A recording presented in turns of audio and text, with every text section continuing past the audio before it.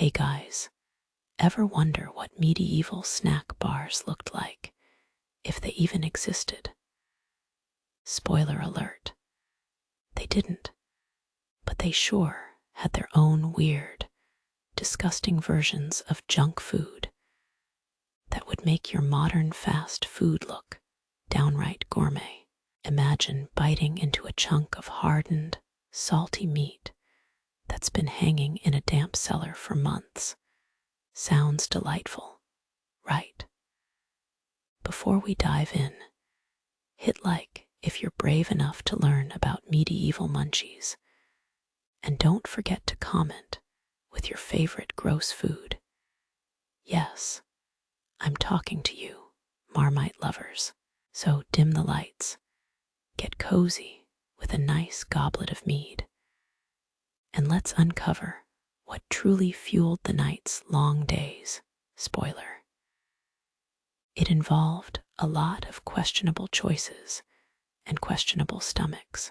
In the quiet hours of a medieval market day, Tomas the apprentice baker wandered through the bustling stalls, eyes wide with a mixture of curiosity and discipline. The air carried the scent of freshly baked loaves mingled with the hum of barter and distant song. His gaze finally settled upon a hidden corner where a weathered old stall displayed strange, tempting treats: honey-glazed fried dough, spiced pork jerky, and sugared almonds, unusual for the usually plain fare encouraged by his guild. A flicker of longing crossed his face as he imagined tasting these rich indulgences. A small rebellion bubbling quietly within him. But he quickly remembered the strict rules about humble, wholesome foods and felt a subtle tug of guilt. Still, the sight of these tempting morsels lingered in his mind long after he turned away, whispering softly of forbidden delights. Later, as Tomas shared a quiet moment with Alara, the wandering minstrel, their conversation drifted naturally toward the market's hidden treasures. Alara, eyes twinkling with amusement, pointed out the peculiar stall they'd seen, its colorful array starkly contrasting the monotonous bread and cheese sold elsewhere. Their voices softened against the gentle clatter of coins exchanging hands and the distant call of street vendors. Yet, beneath their casual chat, an unspoken tension grew. The desire to indulge clashed with the discipline they knew was expected of them. Tomas hesitated, feeling both drawn and cautious, aware of the rules that forbade such excess. The moment felt suspended, an odd silence that carried the weight of simmering temptation and the quiet acknowledgement of their shared longing. As they continued through the market, irony settled like a soft layer of dust. How these small, sweet temptations, so ordinary now, had once carried the thrill of indulgence and forbidden pleasure. Tomas, pretending to examine a leather pouch, caught Alara's faint smile and realized their mutual amusement at the absurdity of restraint. The vendor's laughter, the clink of a coin, and the sight of children nibbling on sugared almonds painted a scene almost too mundane to be scandalous. Yet in that quiet moment, some ancient human craving for comfort and sweetness felt strangely universal. They moved past, carrying the silent humor of human nature, longing for a little luxury in a world that prized simplicity and virtue. A faint chuckle of shared understanding echoed softly in the almost empty street. Returning to their modest abode, Tomas and Alara found a gentle calm settle over their thoughts. The day's small rebellion had passed quietly, leaving behind only the faint aroma of imagined sweetness and the reassuring texture of plain bread. Tomas reflected silently on the human tendency to seek comfort amid austerity, knowing well that even the strictest rules could not entirely suppress the desire for a touch of sweetness. The world outside was slow, and so was their reflection, one that acknowledged life's small contradictions without judgment. As they sat in peaceful silence, the distant hum of the market faded into the comforting routine of daily life. Perhaps tomorrow, the craving would return, perhaps only in quiet dreams, where rules could be softened by memory and humor. In the end, the story of these modest medieval treats remains a quiet reminder that even in the simplest times, humans carried a gentle, unending craving for pleasure. Tomas and Alara's modest escapade underlined that restraint is often a delicate dance, woven into the fabric of daily existence, easily softened by a glance, a whisper, or a taste remembered. As the light outside dimmed into a soft twilight, the world seemed to hold its breath tired, but amused by human imperfection. And in this calm evening, there lingered a subtle truth that even the most humble act of longing makes history slowly, quietly richer, one small, sweet moment at a time. In the quiet hours of late afternoon, Tomas and Alara moved carefully through the bustling, narrow streets of the medieval city, their eyes flickering with cautious curiosity. They looked for the small, unassuming door rumored to lead to the secretive cookmaster's workshop. An elusive figure said to craft forbidden delicacies, flavored with exotic spices. The cobblestones beneath their feet echoed softly with each step, a faint reminder of centuries ticking past as they approached their subtle quest. The air was tinged with the faint aroma of bread baking, but beneath it lurked the promise of something more daring, an escape from plain fare into something memorable. They exchanged a glance, their shared understanding silent but firm, knowing the risk of seeking these illicit ingredients was part of the quiet rebellion against mundane hunger. As they descended into the shadowy alleyways where spice merchants hoarded their rarest wares, Tomas and Alara faced their first hurdle. The watchful eyes of the city's Bakers' Guild, whose members kept economic guard on every corner and whispered warnings in their low, steady voices. Merchant stalls lined the alley, crammed with sacks of pepper, cinnamon, and cloves, each guarded by wary, hawk-like clerks. With furtive glances, they negotiated and bartered offers of bread, cloth, or even small coins, hoping to sway the hoarding traders to part with their precious spiced treasures. Every breath now carried the scent of warm earth and hidden danger, a tangible reminder of how fragile and odd the pursuit of forbidden flavor truly was.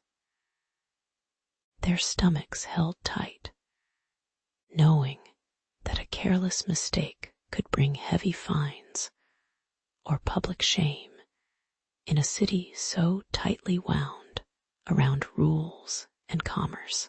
Irony lingered softly in the air as Tomas and Alara joked quietly about whether the spices truly made the food better or just more exciting, without fully admitting that it was precisely the forbidden thrill that made the taste irresistible. They moved among loaf makers and spice sellers, each as mundane and distracted as the last, yet beneath their nonspecific chatter, a flicker of hope and nervous anticipation persisted. A baker, mouth half opened in a yawn, absent-mindedly handed over a small pouch of cloves in exchange for a scrap of fabric, not noticing their hurried departure. The city, wide and indifferent, continued its slow, relentless rhythm, oblivious to the small secret being carried away in their hands. In that quiet, enduring moment, the absurdity of their pursuit was tempered by the simple warmth of small human ambitions and shared luck. Back on the quiet streets, the tension eased as Tomas and Alara, clutching their treasured spices, allowed themselves a pause beneath the dim glow of oil lamps. The weight of their small cargo was comforting. The danger was mostly behind them now. The city's exhaustion seemed to seep into their bones, and the gentle hum of everyday life wrapped around them like an old, familiar blanket. They knew the true value of what they'd acquired was not just in flavor, but in the quiet act of defying the odds, an ordinary rebellion in a world that valued order and profit over pleasure and excess. Their shared smiles were slow and understated, reflecting both relief and recognition of the absurd charm in their petty defiance. Resting briefly on a bench, they allowed themselves a moment of silence, watching the shadows lengthen around the familiar, sleepy city. As they walked homeward along quiet, shadowed lanes, Tomas and Alara reflected on their small adventure, how the pursuit of a simple, spice-kissed snack embodied broader human desires for novelty and pleasure amid routine. They understood, in a calm and unspoken way, that many such petty acts of curiosity and daring marked the slow, imperfect march of life in a city that changed so little over centuries. The spices, now safely stored, carried with them stories of hoarding and stealth, yet also of human longing for flavor, comfort, and a fleeting taste of the forbidden. In the gentle lull of their city's evening, they felt neither pride nor shame, only an ironic appreciation for the small rebellion that added a dash of spice to their otherwise ordinary days.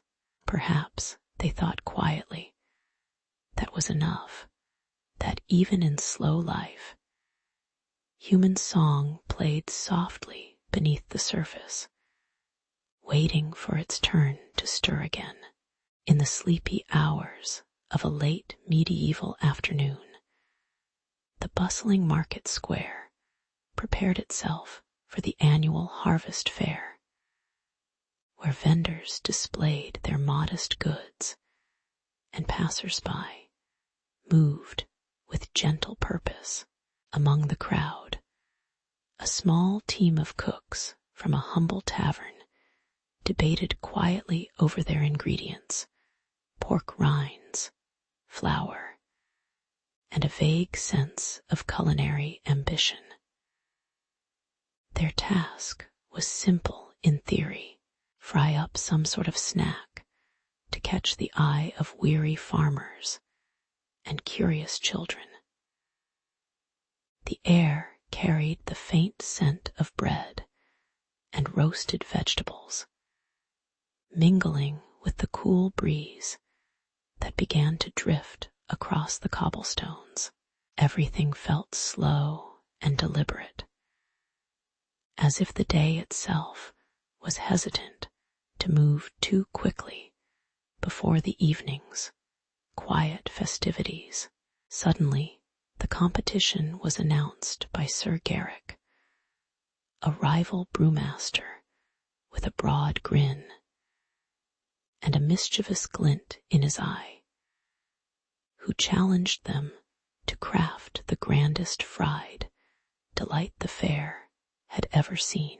Forced into the contest, the crew set to work, blending batter and piling pork rinds into an increasingly ambitious tower, all while the wooden stalls around them creaked and swayed subtly in the breeze. A gust, unpredictable and loud, swept through the square, causing a ripple of alarm as the fragile structure wavered and threatened to topple. Men and women paused their conversations, watching as the towering creation teetered near disaster. Time seemed both too slow and too hurried, each moment heavy with consequence, yet fleeting in its uncertainty. By now, humor had taken root amid the chaos. The absurdity of their giant, batter-fried pork rind monument struck a chord in their weary minds. The cooks chuckled softly, exchanging glances that acknowledged their shared bemusement at the ridiculousness of their project. The gust persisted, and an older merchant muttered something about how even the wind seemed to mock their efforts, blending irony into the scene. Faces blurred by the setting sun appeared both friendly and resigned, observing this strange contest with mild humor. There was a quiet acknowledgement that, for all their planning, human plans were often at the mercy of simple winds and flat batter. The tension lightened just enough to remind everyone that human endeavors, after all, were modest and fleeting.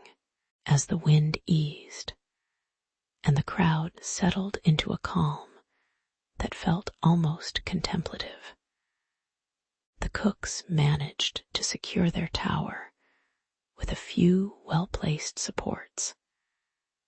their hands moving with practiced patience, the batter crusted over, glistening faintly in the dimming light, hinting at the simple joy of their craft.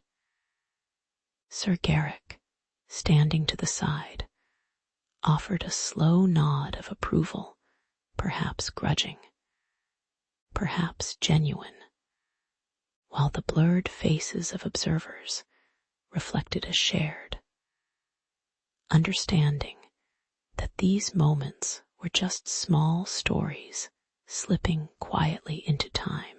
The contest was forgotten amid the gentle hum of evening conversations, replaced by a peaceful awareness of the ordinary beauty in their collective effort.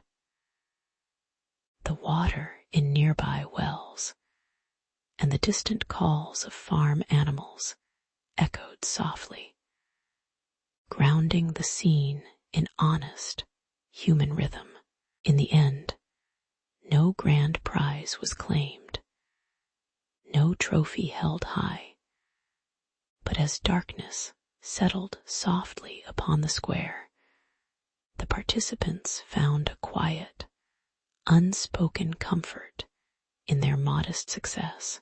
They had faced a fleeting challenge marked by wind and worn-out batter, learning once again that even in tradition there was humor and humility.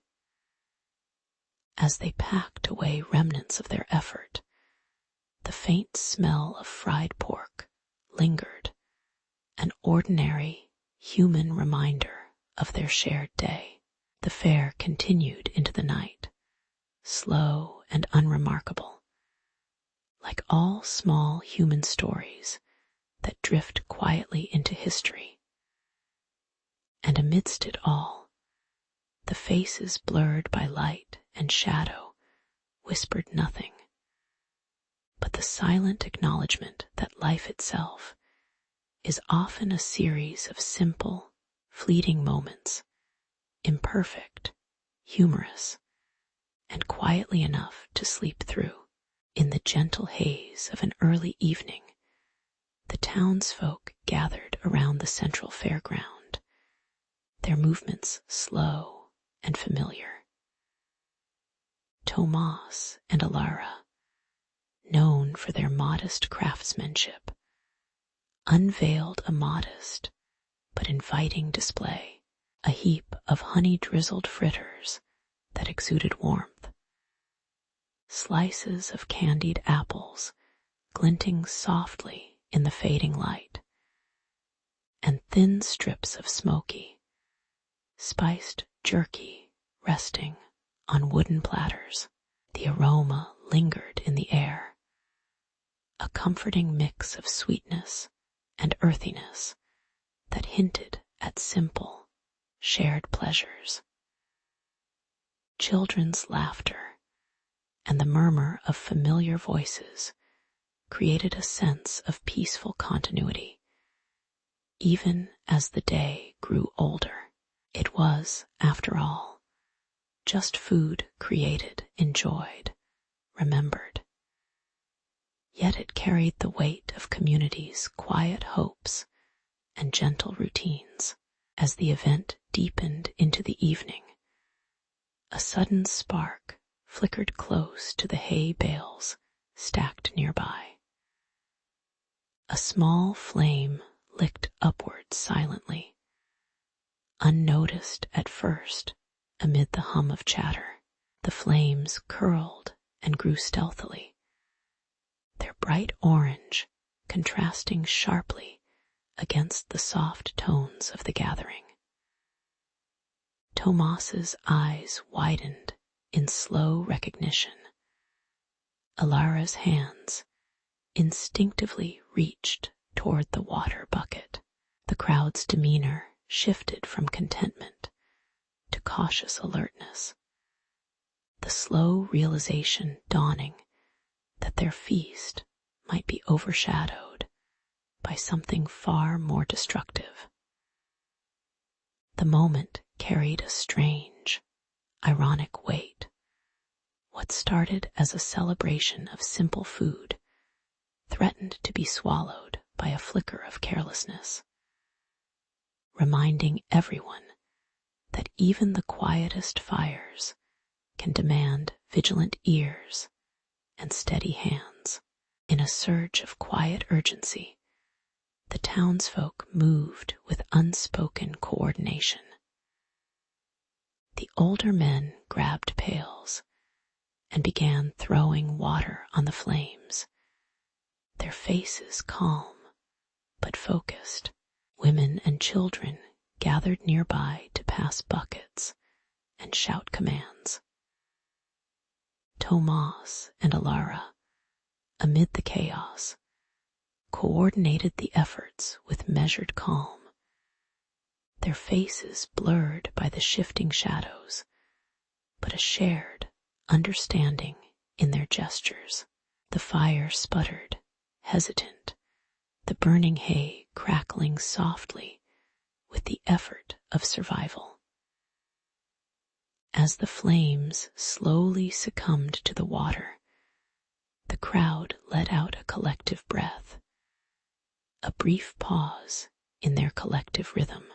Ironically, it was a small blaze, a minor accident that revealed their shared resilience and the quiet strength of their coordinated lives. Gradually, the tension dissolved into a soft, collective sigh, and the night regained its calm patience. The air, thick with damp hay and smoldering smoke, cleared to reveal a sky still faintly tinged with twilight. Tomas prepared to reconstruct their makeshift feast, now a little humbled but still serene, while Alara brushed ash from their tables. The villagers returned to their seats, some offering quiet smiles of reassurance or gentle nods of forgiveness for the episode. The fleeting danger had subdued the lively mood into a reflective quiet, a reminder that life's small fires, literal or metaphorical, were part of their ongoing stories.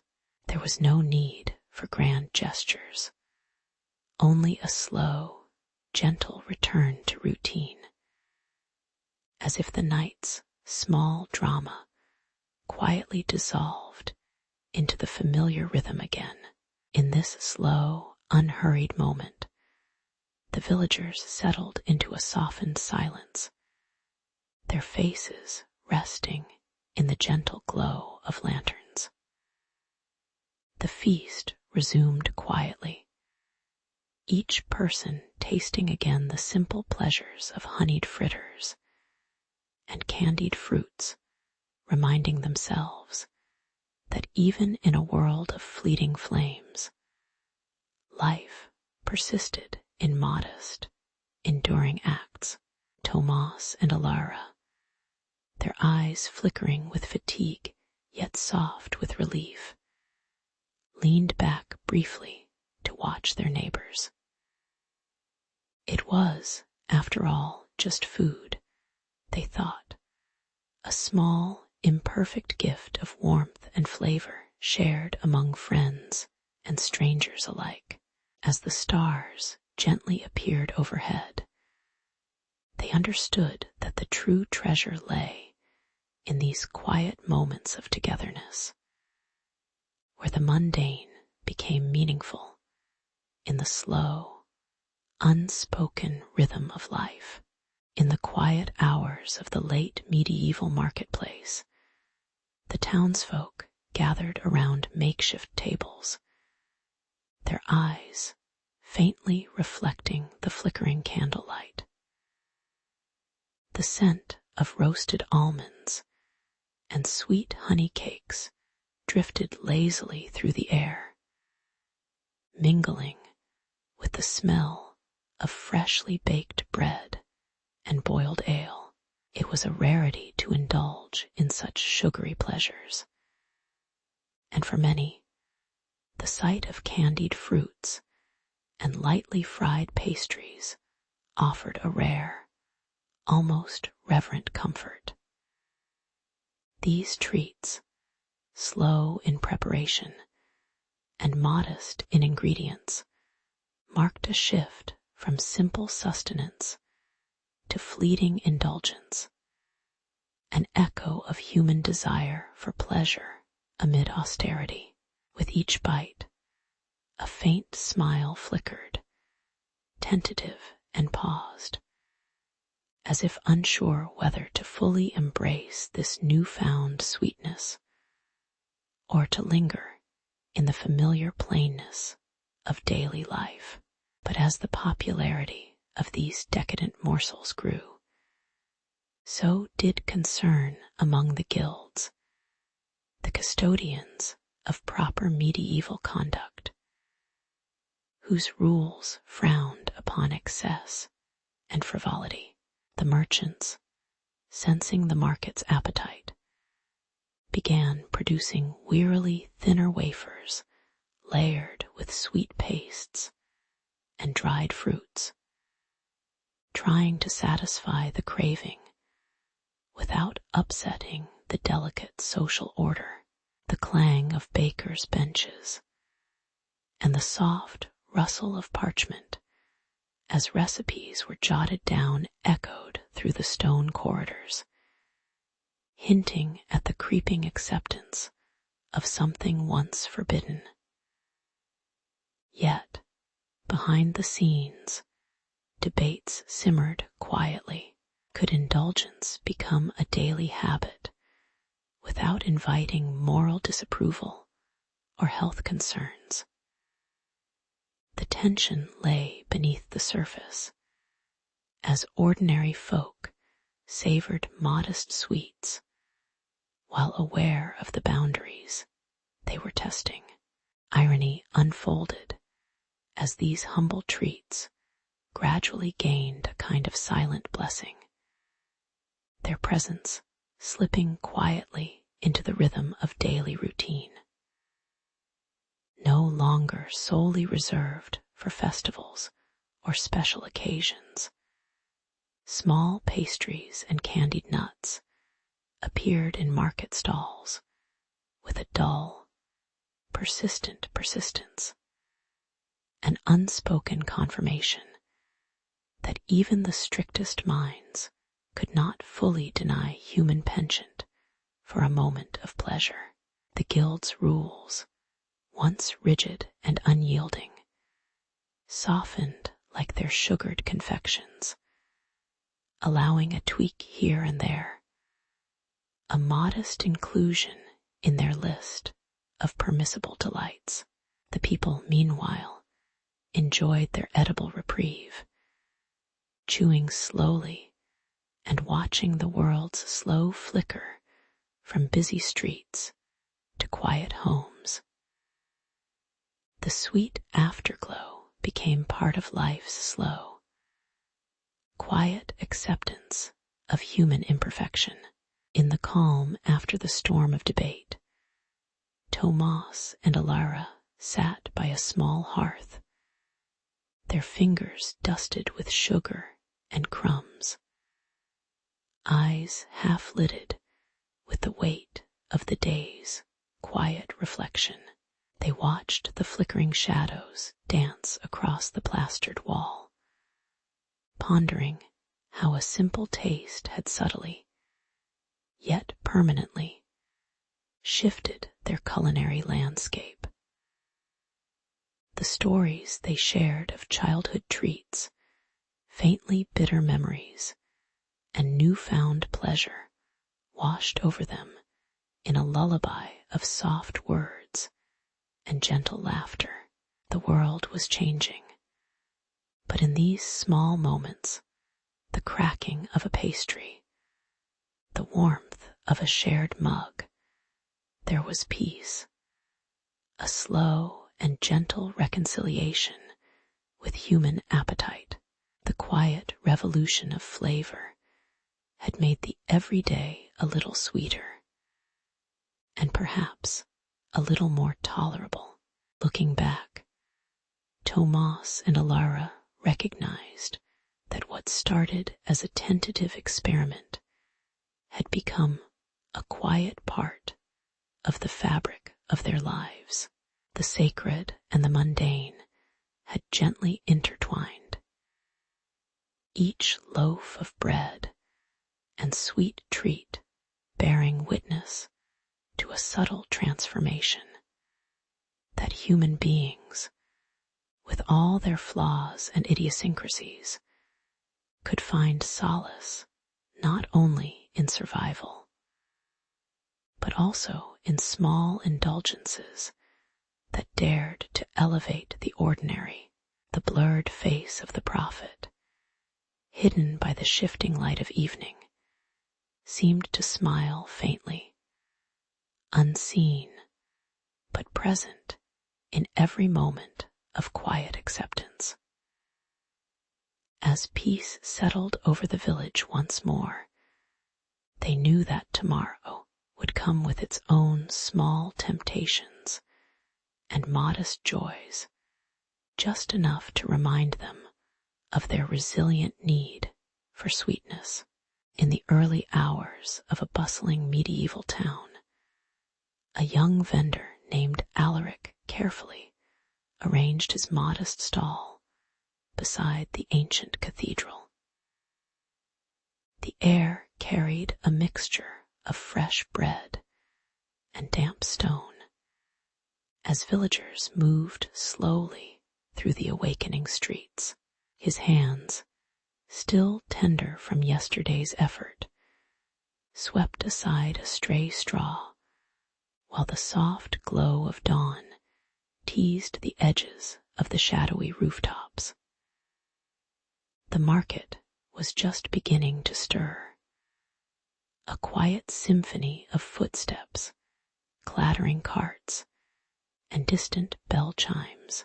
Here, amidst the ordinary start, life felt both fragile and full of simple promise. As the morning matured, the crowd grew unwieldy, and Alaric's small stall faced the gentle tension of supply and demand. The smell of fried fish, herring mingled with warm dough, drawing curious eyes. A weary merchant huffed past, eyes fixed on a distant horizon, yet paused at Alaric's modest table to exchange a coin for a piece of the day's offer. The hum of voices, the scrape of wooden crates, and the faint clang of a bell marked the rising tempo, subtly reminding everyone that their fleeting happiness depended on small, fleeting moments like these. Still, beneath the surface of busy streets, there lingered that slow, iron truth. No matter how vibrant, everything about the market was just a passing chapter in the endless cycle of days. There was an irony threading quietly through Alaric's daily toil. How simple food, fried herring or spiced pies, became little rituals of fleeting joy. Sometimes a haggard baker or a cloaked stranger paused long enough to savor a bite, eyes lost in thought or faintly amused by the mundane spectacle. The sacred glow of daylight made the stone streets shimmer, yet the faces passing by remained obscured by shadows or the soft blur of their own burdens. A beggar, hunched and silent, reached with tired fingers for a crust, and Alaric wondered if anyone truly saw those quiet moments of sharing, however small. Here, in this slow shifting scene, life's ironies unfurled gently, how ordinary things, like a snack, could seem both vital and meaningless all at once. As afternoon waned into evening, the market's chaos subsided to a gentle hush, and Alaric cleaned his stall under the waning sun. The air cooled slightly, carrying a faint scent of herbs and dried fish. Customers had dwindled, and the streets grew quieter, almost contemplative. Alaric leaned on the wooden frame, watching the shadows lengthen, feeling the quiet pride of another day's effort. The bustling, fiery dawn was now just a memory in the peaceful gray of dusk, a reminder of how quickly everything had shifted, of fleeting moments that seemed endless in their passing. There was a comfort in the slow rhythm, a quiet acceptance that all things, even human endeavors, moved softly toward their quiet close. In the stillness of the settling night, Alaric reflected silently on the humble origins of street snacks, how they began as simple sustenance, then became small acts of human connection amid the chaos of life. The marketplace, with all its noise and color, was just a stage for everyday stories of hunger, laughter, and quiet companionship. Perhaps tomorrow would bring new faces or a different flavor, but for now, everything rested in a calm, almost indifferent rhythm. As light faded from the rooftops, the stone streets lay silent and familiar, whispering softly of seasons past and an endless cycle of ordinary existence. The world moved on, slowly, patiently, like a lullaby for the restless human heart. Under the waning light of early evening, Alaric carefully laid thin slices of herring onto a simple iron pan, the open coals beneath crackling softly. The air was thick with the faint aroma of smoky fish, drawing curious townsfolk who paused in their daily routines to watch the slow dance of frying. It was a modest skill, yet each piece seemed to transform before their eyes into a glistening, golden treat, simple and honest. The street buzzed gently with the quiet hum of barter, footsteps, and the occasional amused murmur.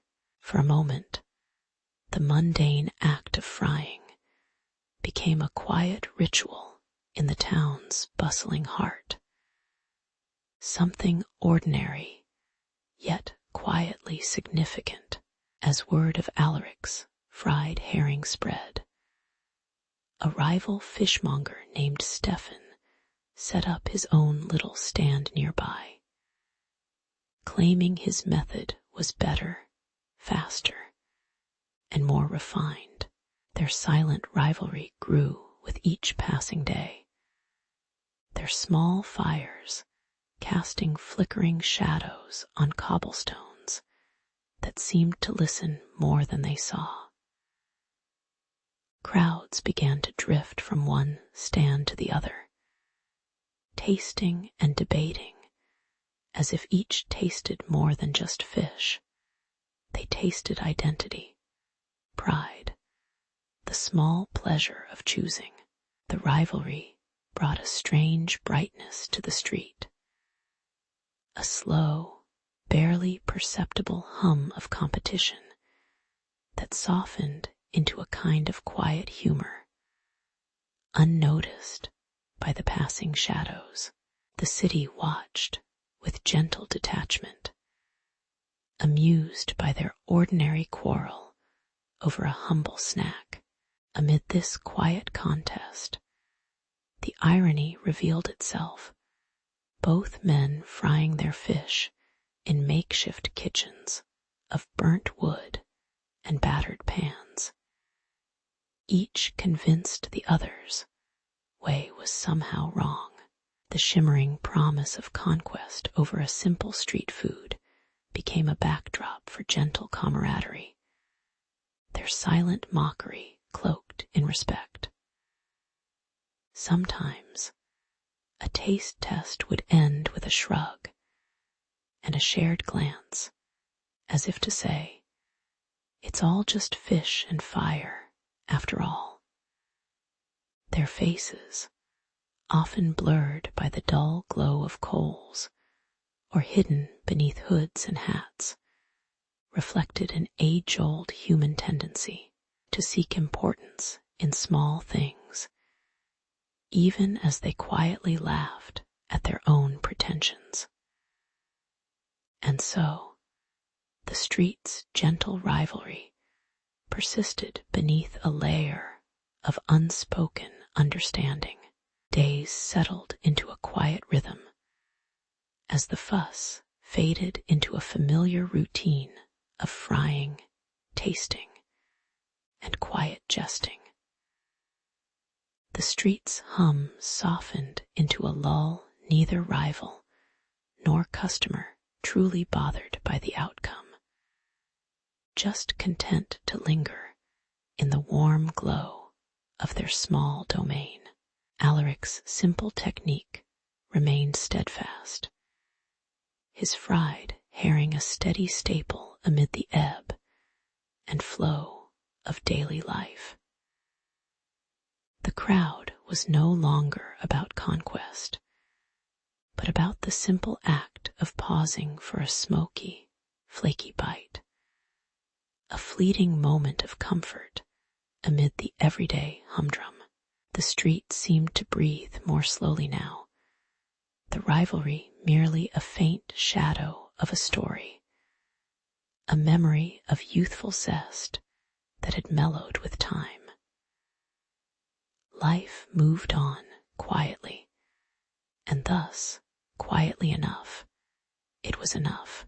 In the slow quiet of that street corner, with the smell of fried herring drifting lazily into the cool evening air, one might reflect on the gentle absurdity of human pursuits, how rivals can become friends over something as mundane as snack food, how small victories fade into shared silence.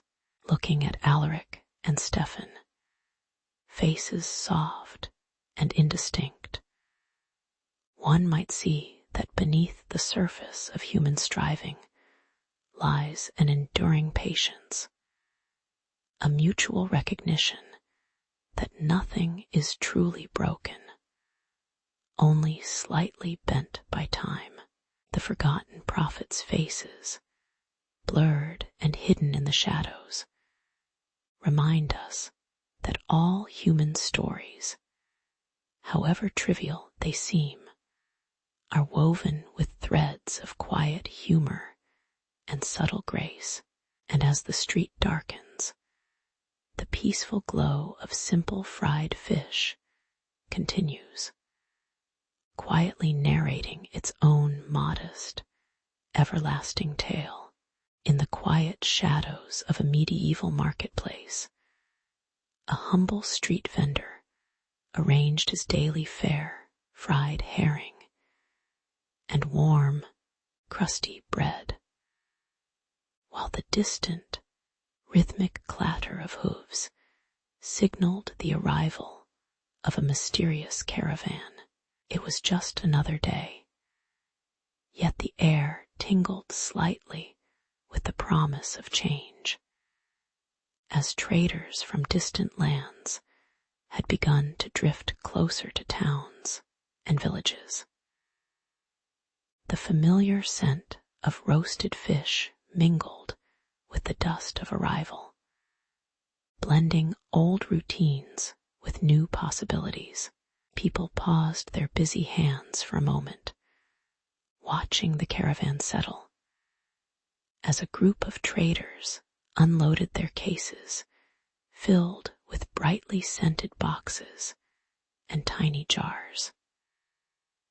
No one quite knew what to make of these arrivals, perhaps just another strange detail in the slow unfolding of daily life, or perhaps a beginning of something subtly different. As the days passed, a particular adventurer among the town's cooks, Alaric, began experimenting with the exotic spices that came with the caravan: pepper, cinnamon, and cloves.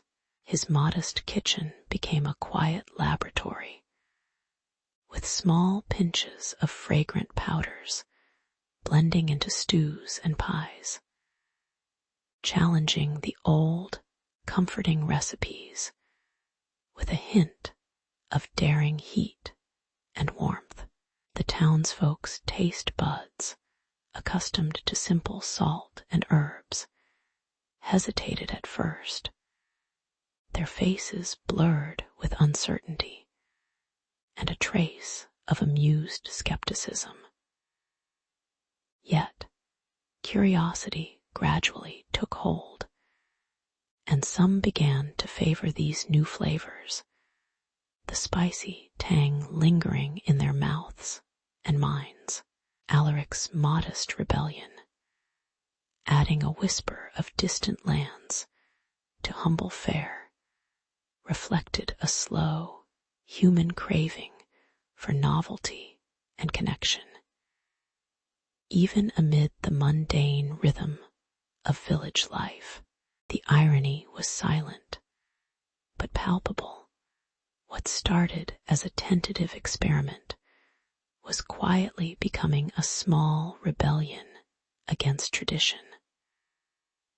The older cooks chuckled quietly, muttering about those foreign spices, while some patrons politely nodded, their faces blurred with polite reservation. Alaric, with a small, insistently curious smile, kept blending spices into his modest offerings, unaware that his quiet innovation was teasing the boundaries of customary taste.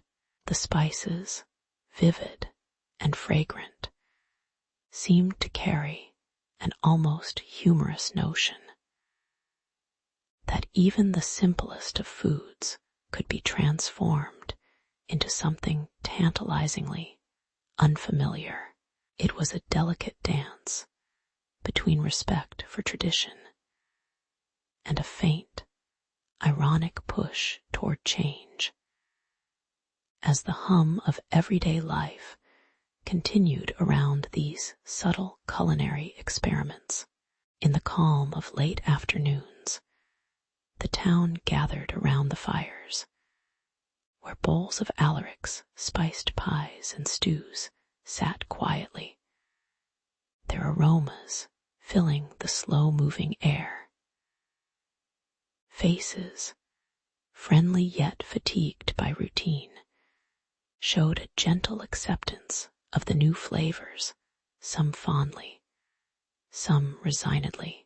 The spices no longer felt like distant strangers, but like soft, familiar companions that quietly redefined their simple meals.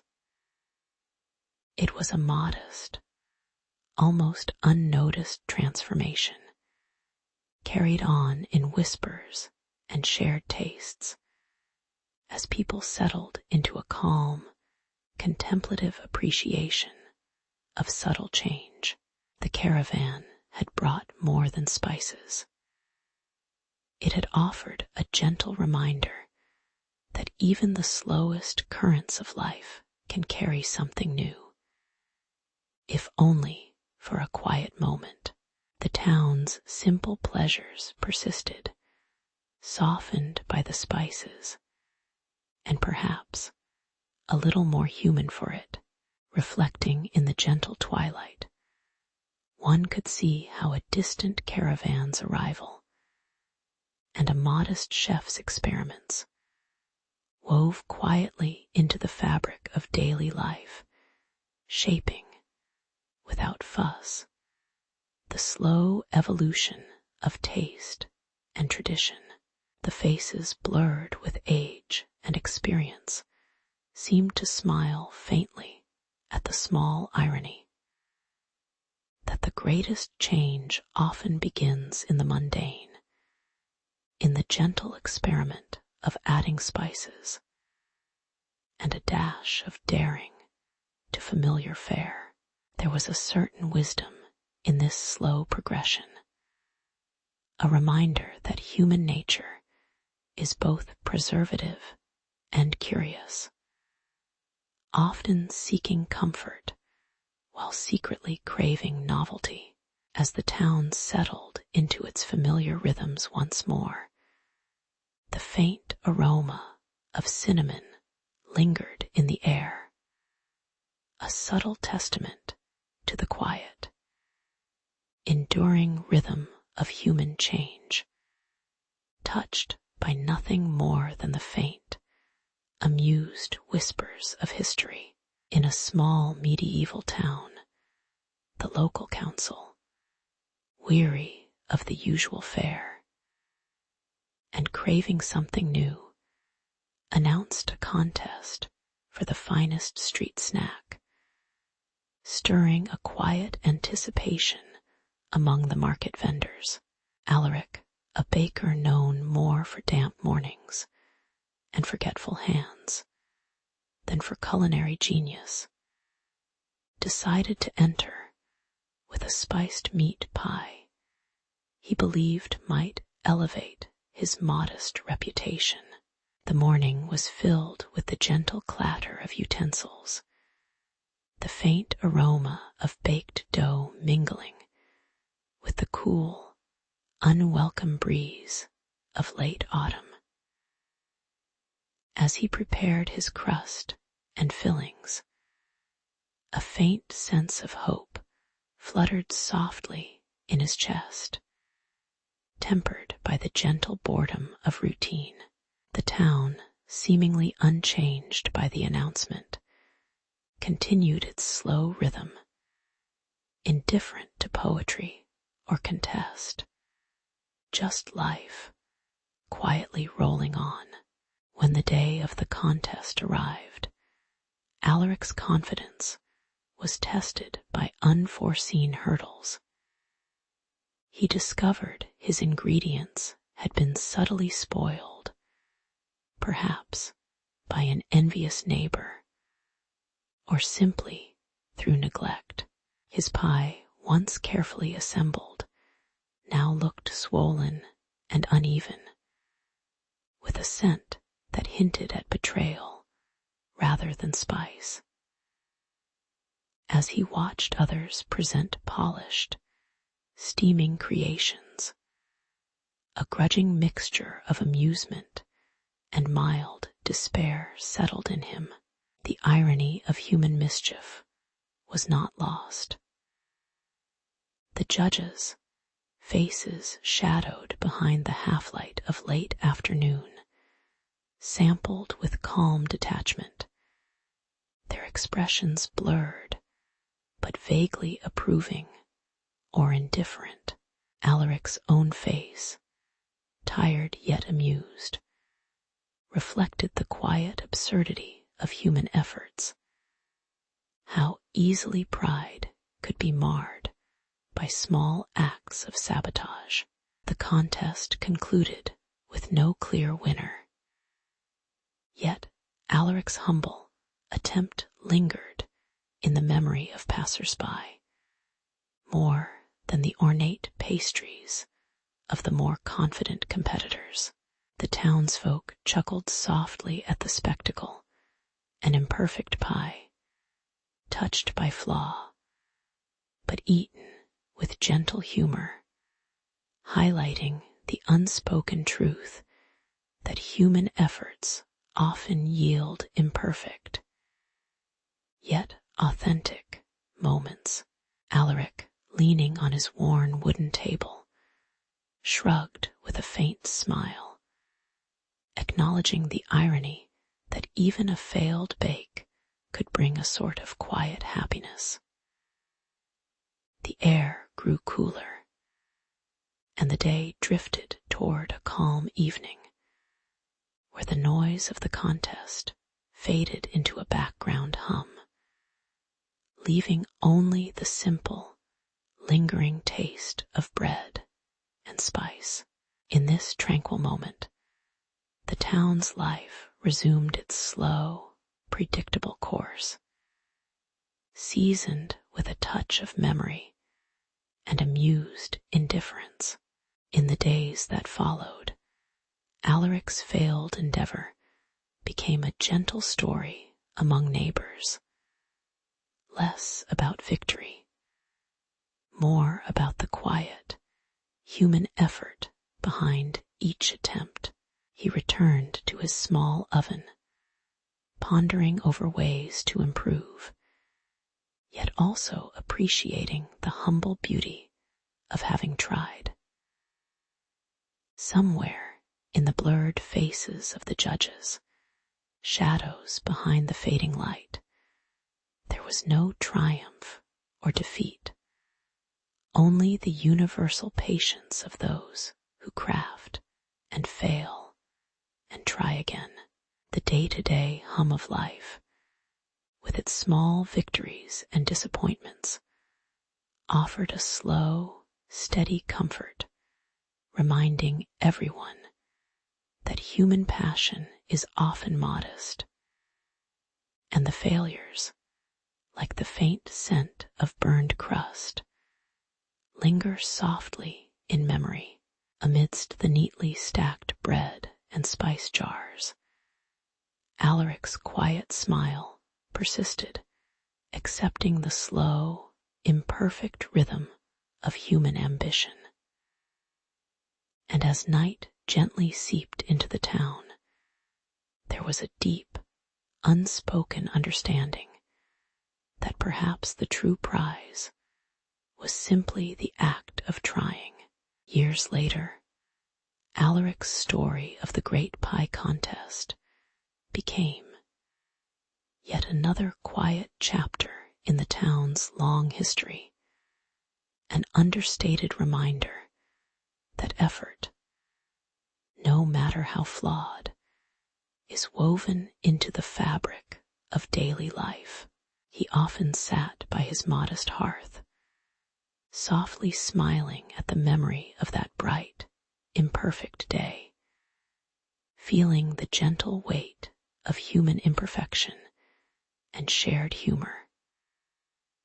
The blurred faces of judges, the faint scent of spices, the simple act of baking, all held their own modest significance, unadorned and quietly eternal. The town, in its slow, unchanging way, continued to listen to the quiet stories of its people, stories of small contests, fleeting pride, and the peaceful acceptance of human frailty. Perhaps, as one drifted into sleep with the faint remembrance of bread and spice, it was enough to know that in this gentle world, effort persisted quietly, and human stories, with all their flaws, were still worth telling. In the quiet corners of medieval streets, vendors began to set up their simple stalls, laying out little trays of fried herring or piles of warm, spiced pies. These humble treats, touched by the hands of countless craftsmen, slowly carved out a small but persistent place in the daily rhythm of city life. The smell of frying fish mixed with sweet spices would drift lazily through cobblestone alleys, unnoticed by the distant, blurred faces of monks and merchants alike. It was a modest beginning, born not of grand ambition, but of everyday necessity and the patience to wait for customers. There was an unspoken hope that these small, simple foods might, in some quiet way, bring a fleeting moment of warmth to passers-by, however ordinary their day might be. As seasons shifted and towns grew busier, disputes about the best recipes and who had the right to sell what rippled quietly beneath the surface of this growing street economy. Vendors, often competing over a few coins, would nod politely while secretly trying to perfect their spiced pies or fry their fish just a little more crisp and fragrant than their neighbors. The pressure sometimes showed itself in small tensions, battering a pie just a moment longer, or adjusting the flame beneath their frying pans in slow, deliberate motions. It was a delicate game, a dance of patience and small triumphs that shaped those everyday exchanges into a complicated yet familiar tapestry of commerce and craft. Irony settled in, however, as over time those simple snacks became symbols of local pride rather than mere sustenance. In the midst of these bustling streets, a certain humorous persistence emerged, vendors joking quietly about secret recipes or lamenting the fickle taste of their clientele, whose preferences shifted like shadows at dusk. Sometimes a vendor's best effort resulted in a pie too spicy or a herring a touch too salty, eliciting mild, knowing smiles from fellow traders. The faces of prophets, as always, remained unseen, hidden behind the glow of distant candles or cloaked in shadows. Yet somehow, their quiet presence seemed to approve of this slow, imperfect labor. The worn wooden counters and the slight tremble of hands handling dough bore witness to generations of small, honest endeavors. It was a humble irony that these tiny, flawed foods would become beloved staples, their imperfections woven into their charm. Eventually, the street stalls settled into a steady, calming rhythm, their scents filling the air like a soft background hum. Vendors would lean on their counters, hands resting lightly on battered wooden boards, watching the slow day turn toward dusk with relaxed patience. The lively trade, once filled with hurried exchanges, now became a familiar, almost meditative routine. The crackling of frying fish and the gentle kneading of dough marked the passing hours. There was a quiet kind of peace in these moments, a recognition that these small acts, frying, baking, waiting, had become an integral part of life. It was here, amid the simple and the ordinary, that the true magic of street food lingered, the ability to turn fleeting ingredients into something quietly memorable, a shared human comfort. Looking back, those modest street snacks, fried herring and spiced pies, hold a faint, nostalgic significance. They are relics of a world where human effort was small but persistent, stitched into the fabric of daily life with a gentle, unassuming humor.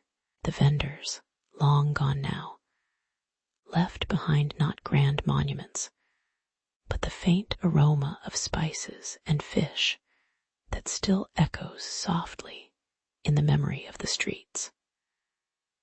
Perhaps, in some quiet corner of history, it is these humble foods that remind us most gently of our enduring need for warmth, flavor, and the simple act of sharing a small piece of ourselves amidst the relentless march of time. And in that slow, steady rhythm of daily life, there is a profound kind of peace, an acceptance that even the most ordinary moments can carry a quiet, timeless grace.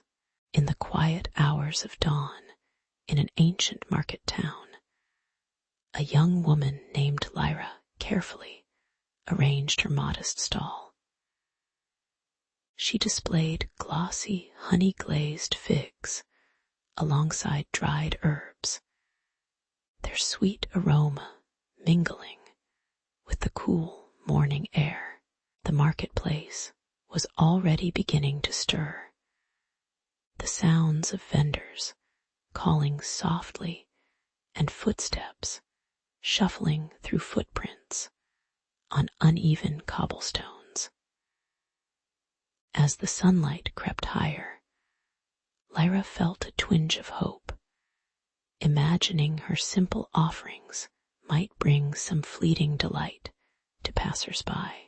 Yet beneath her calm exterior, there was an unspoken curiosity about what else the day might bring. What flavors and stories might arrive alongside the crowd. Soon, the tentative hum of the marketplace grew into a gentle swell as a figure arrived, Arian, a traveling minstrel cloaked in worn fabric, his lute slung over his back. His arrival was announced not by noise, but by the faint, rhythmic strumming that seemed to drift on the breeze, blending strangely with the scent of ripe figs. The townspeople paused in their chores, watching him set up near Lyra's stall, the notes from his lute echoing softly down the lanes. His music held a subtle tension, a whisper of distant lands that challenged the familiar routines of the morning. As he played, a few children paused, eyes brightening at the sound, while elders exchanged amused glances, unsure whether to feel entertained or wary of the unfamiliar tune. An odd irony unfolded as Arian's melodies and stories, filled with tales of distant markets and exotic treats, gradually seeped into the daily rhythm. Lyra's sweet figs, once the simple pleasure of a local palate, now seemed intertwined with the flavor of the new songs and stories that lingered in the air. Some villagers, caught between tradition and the allure of the unknown, began trading their humble bread for small coins to buy a taste of both the food and the music.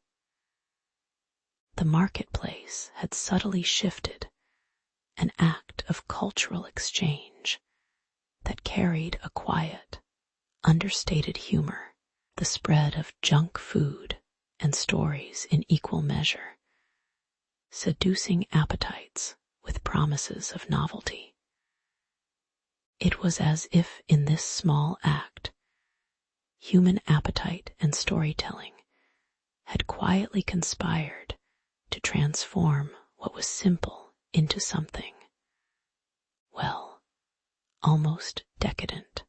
As the day stretched lazily onward, Lyra watched the scene unfold with a kind of peaceful detachment, an observer of change, not necessarily bothered by it. The figs remained on her stall, their sticky sweetness unchanged, even as the melodies of Arion traveled further. People returned to their routines, some indulging in small bites of the new, some clinging to old favorites, and others simply listening, unperturbed. The marketplace became a quiet space where tradition and novelty blurred softly into each other, neither fully dominant nor entirely gone.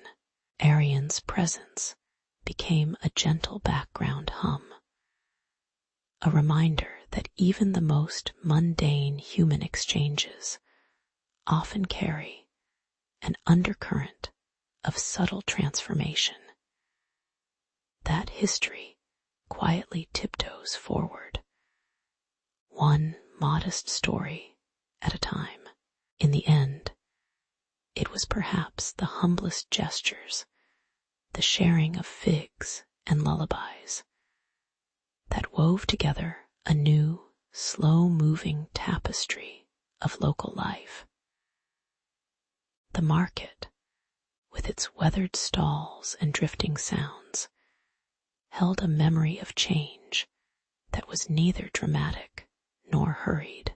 Lyra and Arion, unknowingly, had touched upon a truth, that human appetites, whether for food or stories, are always just a little restless, yet inherently steady in their quiet persistence.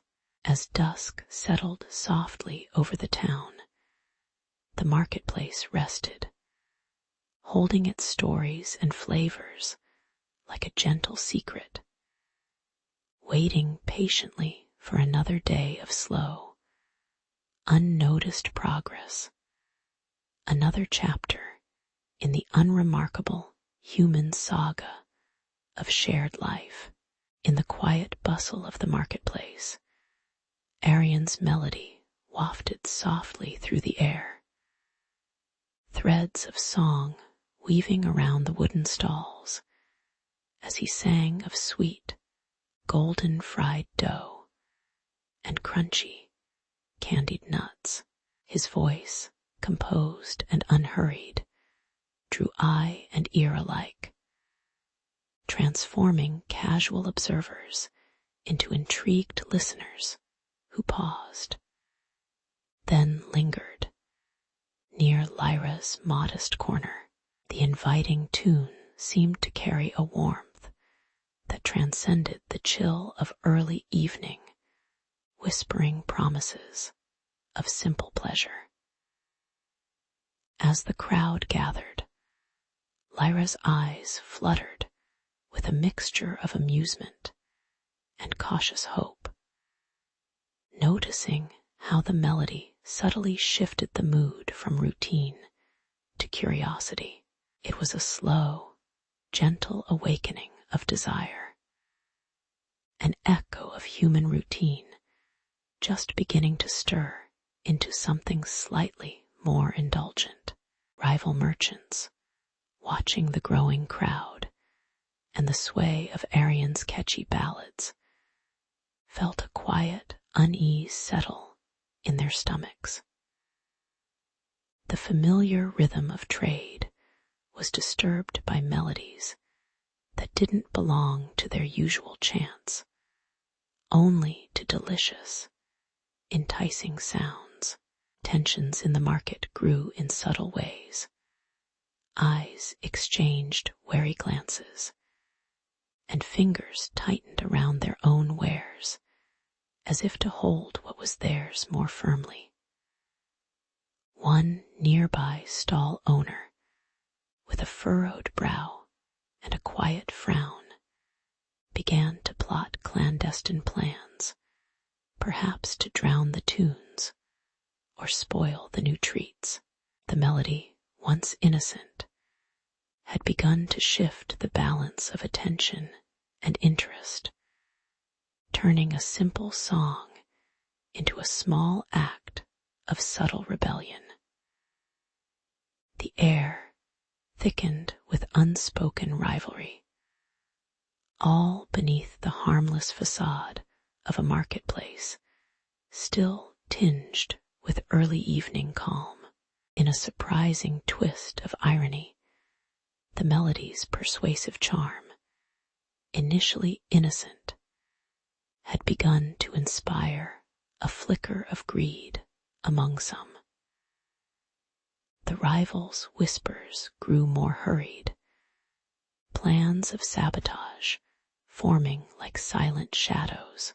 They considered tampering with Lyra's treats, perhaps a splash of bitter spice or a spilled bag of nuts, so that curiosity would turn to disappointment and the allure of the song would fade. Yet amid this quiet scheming, Arian's voice persisted, undeterred, as if oblivious or perhaps amused by the subtle game unfolding around him. The marketplace, once a humble gathering, now wove a complex tapestry of human imperfection, trust, and suspicion, intertwined in the fading light. The story was slowly shifting from sweetness to something more layered, more human. Eventually, the market settled into a gentle stillness, as if holding its breath after the day's quiet chaos. Lyra's stall stood somewhat untouched, her treats still inviting, while Arian's melodies became a faint background hum, mellow and unhurried, like a lullaby for quiet observers. The rivalry cooled, leaving behind only the faintest echo of plans and plots. The marketplace, after all, seemed to accept these small tensions as natural. Human appetites, after all, often guided stories more than merely market logic. The day drifted into evening, light fading into a soft, amber glow that rendered everything slightly blurred, slightly distant, an ordinary scene, with human foibles tucked into the gentle folds of daily life. It was all quietly human and quietly humanizing in the slow, inevitable turn of human stories. As night approached, the marketplace seemed to breathe a gentle sigh, settling into its usual peaceful rhythm. The melodies had become part of the background, inasmuch as human stories tend to blend, to fade, and to remain in quiet memory. Lyra's stall remained open for those still craving sweetness, not quite aware of the subtle tensions that had once stirred the air. Arian, amidst the soft chatter and distant clattering, looked on with a faint smile, almost bemused by his own singing. Perhaps in the ongoing dance of human needs and petty rivalries, there is a kind of quiet wisdom that life moves on, imperfect, humorous in its small pursuits. And behind all stories even those of market stalls and traveling minstrels, there is a familiar, unending sense of ordinary grace, patiently enduring through the slow passage of days. As the annual harvest fair approached, the humble market stalls were quietly prepared, their wooden surfaces lined with baked goods and candied fruits. Lyra and Arion, traveling minstrels and purveyors of sweet temptations, arranged their sizzling pastries and caramel-dipped apples with gentle pride, their faces soft with anticipation. The air thickened with the smell of warm sugar and roasted nuts, subtly weaving into the fabric of the town's routine. A slow sense of expectancy grew as townsfolk drifted past, drawn by the familiar, comforting sense that hinted at celebration without the need for words. It was simply another ordinary day on the cusp of festivity, quietly promising moments of small joy amidst everyday life. When the fair's opening was announced with a distant bell, the crowd gathered, filling the marketplace with a mild buzz that rose gradually.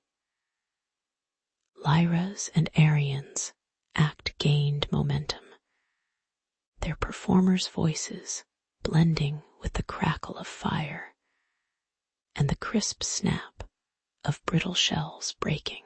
Suddenly, dark clouds gathered, an unexpected, slow-moving threat that quieted the lively chatter in an instant. The first drops fell, heavy and unwelcome, forcing the vendors and visitors alike to hastily cover their goods or seek shelter. In that fleeting moment, the joy of the fair was overshadowed by the inevitable acknowledgement of nature's indifferent power, halting the spectacle as quietly as it had begun. Yet amid the dampened atmosphere, an almost dry sense of irony settled in the smell of fried delights, persisted despite the closing storm, drifting beyond the town's walls like an elusive, tired whisper. The sweet, burnt smell of caramel and frying oil seemed to linger in the air, as if the very aroma refused to obey the weather's abrupt interruption. Many villagers chuckled quietly, exchanging bemused looks, as the scene of chaotic stalls and sopping costumes became quietly comical. Lyra and Arion, pausing under a tattered tent, exchanged faint smiles, acknowledging the absurd persistence of their craft. The day's grand performance had been altered, but the aroma persisted, stubborn and loyal, a muted reminder that human pursuits often outlast their intended moments of glory. As the clouds eventually dispersed, the town settled into a calm, almost sleepy rhythm once more, with the lingering scent blending into the fading light of late afternoon. People wandered back to their routines, occasionally catching whiffs of caramel and fried dough, which seemed to drift lazily through quiet streets like invisible, sweet companions. Lyra and Arion packed their remaining treats with a measured patience, the act of closing their stalls now almost meditative. The mood was subdued but peaceful, with an undercurrent of mild amusement at how stubborn the aroma had been, an unspoken nod to the persistence of simple pleasures. Life seemed to ebb back into unhurried normalcy, as if the storm had only briefly whispered a different story into the evening air. Reflecting on that day, one might see how such ordinary events subtly weave into the long, slow story of human appetites and modest aspirations. The fair, interrupted by weather, and carried onward by the scent of fried fruits, exemplified how small human endeavors, whether culinary or performative, leave behind traces in the air and memory. The blurred faces of prophets and performers alike faded into the diffuse light, their significance subdued by the quiet endurance of everyday life. In the end, the story of the market stalls and minstrels serves as a reminder that even in moments of halted celebration, the lingering aroma of shared human passions silently persists long after the applause fades. It is perhaps in these understated, ordinary continuities that life quietly reveals its true rhythm, calm, imperfect, and slightly amused at its own persistence. In a quiet corner of the market, a small stall appeared one morning, its wooden frame slightly crooked, bearing shelves crowded with colorful wrappers and sweet-smelling treats. Arian, a young and wandering minstrel, arrived at the bustling marketplace, carrying a leather bag filled with Lyra's recipes, simple, familiar snacks that promised comfort in distant cities. As he set up his modest booth, the subtle hum of curiosity rippled through passers-by, drawn by the soft chink of paper wrapping and the gentle crooning of his voice. For a moment, everything seemed small and manageable amid the daily routines, a quiet addition to the market's rhythms.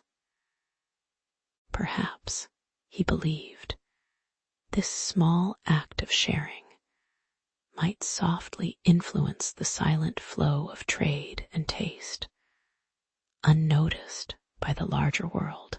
As days went by, Arian's snacks and songs began to ripple outward, carried by travelers, merchants, and curious buyers eager for novelty.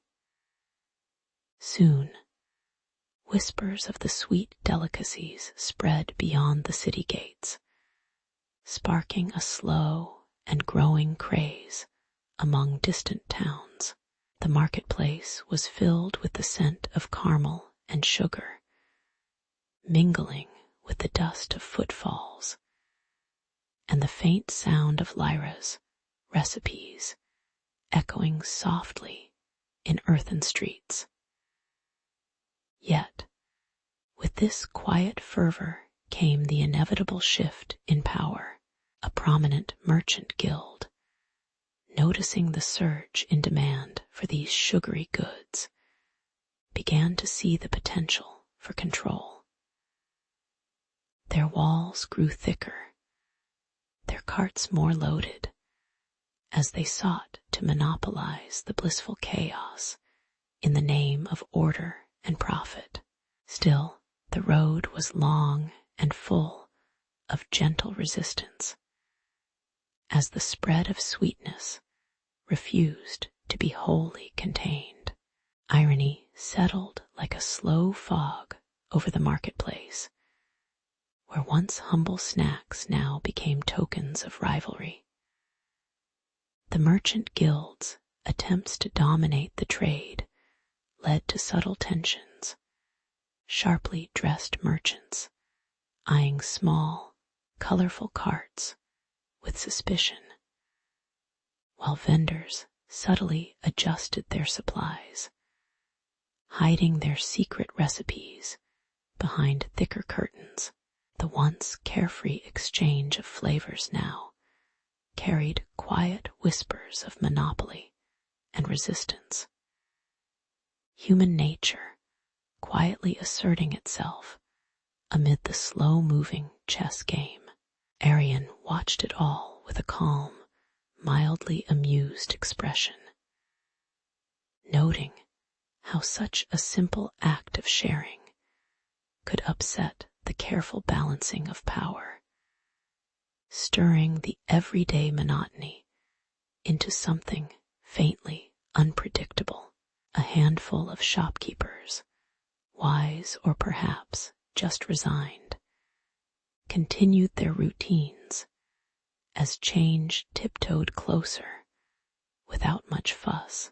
Eventually, a sense of stillness settled over the crossroads where trade was most fierce, as both sides paused, one in cautious anticipation, the other in muted acceptance of the inevitable. The merchant guild's officials, faces blurred by shadow, deliberated in quiet rooms, while outside vendors waited, their hands resting on the familiar surfaces of their carts. The marketplace, bathed in a soft, golden evening light, seemed to hold its breath, resisting the urge to act overtly. Arian, shading his eyes against the setting sun, packed away his cookies and crumbs, feeling the weight of small human currents that moved slowly but persistently. Perhaps, he mused, the story was less about conquest and more about the quiet persistence of everyday exchange, little acts that slipped like sand through the cracks of grand plans. Looking back softly, one might see the caravan of snacks and songs as a faint reflection of human tendency to share, to resist, to adapt, woven into the gentle fabric of daily life. The market stalls, the wandering minstrels, the blurred faces of dealmakers, all part of a slow dance of human imperfection and subtle irony. The spread of junk food, like so many other small innovations, ebbed and flowed with quiet persistence, neither wholly good nor entirely bad, simply human. In the end, the story settled into a gentle lull, reminding us that even in the relentless march of commerce, the ordinary human act of sharing remains quietly significant. Somewhere beneath the tired skies, life moved forward, still, soft, and subtly humorous in its endless, humbling rhythm. Long ago, in quiet marketplaces and along winding country roads, the humble market stalls and wandering minstrels began their slow, steady dance of human commerce. Vendors arranged colorful baskets of sweet and salty treats, their scents drifting lazily into the late afternoon air, while minstrels plucked strings or hummed soft melodies that seemed to carry stories across the cobblestones. It was an unremarkable rhythm, sails exchanged for smiles, melodies for coins. Yet it laid the groundwork for something larger, almost imperceptible in its significance. Human hands crafted pastries, wrapped candies, and breaded snacks. Human voices and instruments sang, all merging into a kind of shared longing for fleeting pleasure. In these small acts, something began to take hold, quietly shaping the future love for what might now be called junk food. As the years passed, the conflict emerged quietly, disputes not over wealth or titles, but over melody and tradition. Guilds representing the merchants tried to control the flow of treats, insisting they be made properly, while the traveling minstrels grew more persistent, weaving their tunes into the marketplace fabric. They argued in soft voices over rights and roles, stubbornly resisting the idea that treats and tunes could belong to anyone but themselves. Irony settled softly here. A guild that sought order was slowly being undermined by playful melodies. Yet both sides depended on the spectacle of it all. The marketplace became a stage for subtle battles, the scent of baked goods mingling with the whispers of songs, each vying for dominance over human desire and memory. Eventually, a moment of quiet irony unfolded as the guild, weary of endless disputes, chose to listen rather than oppose.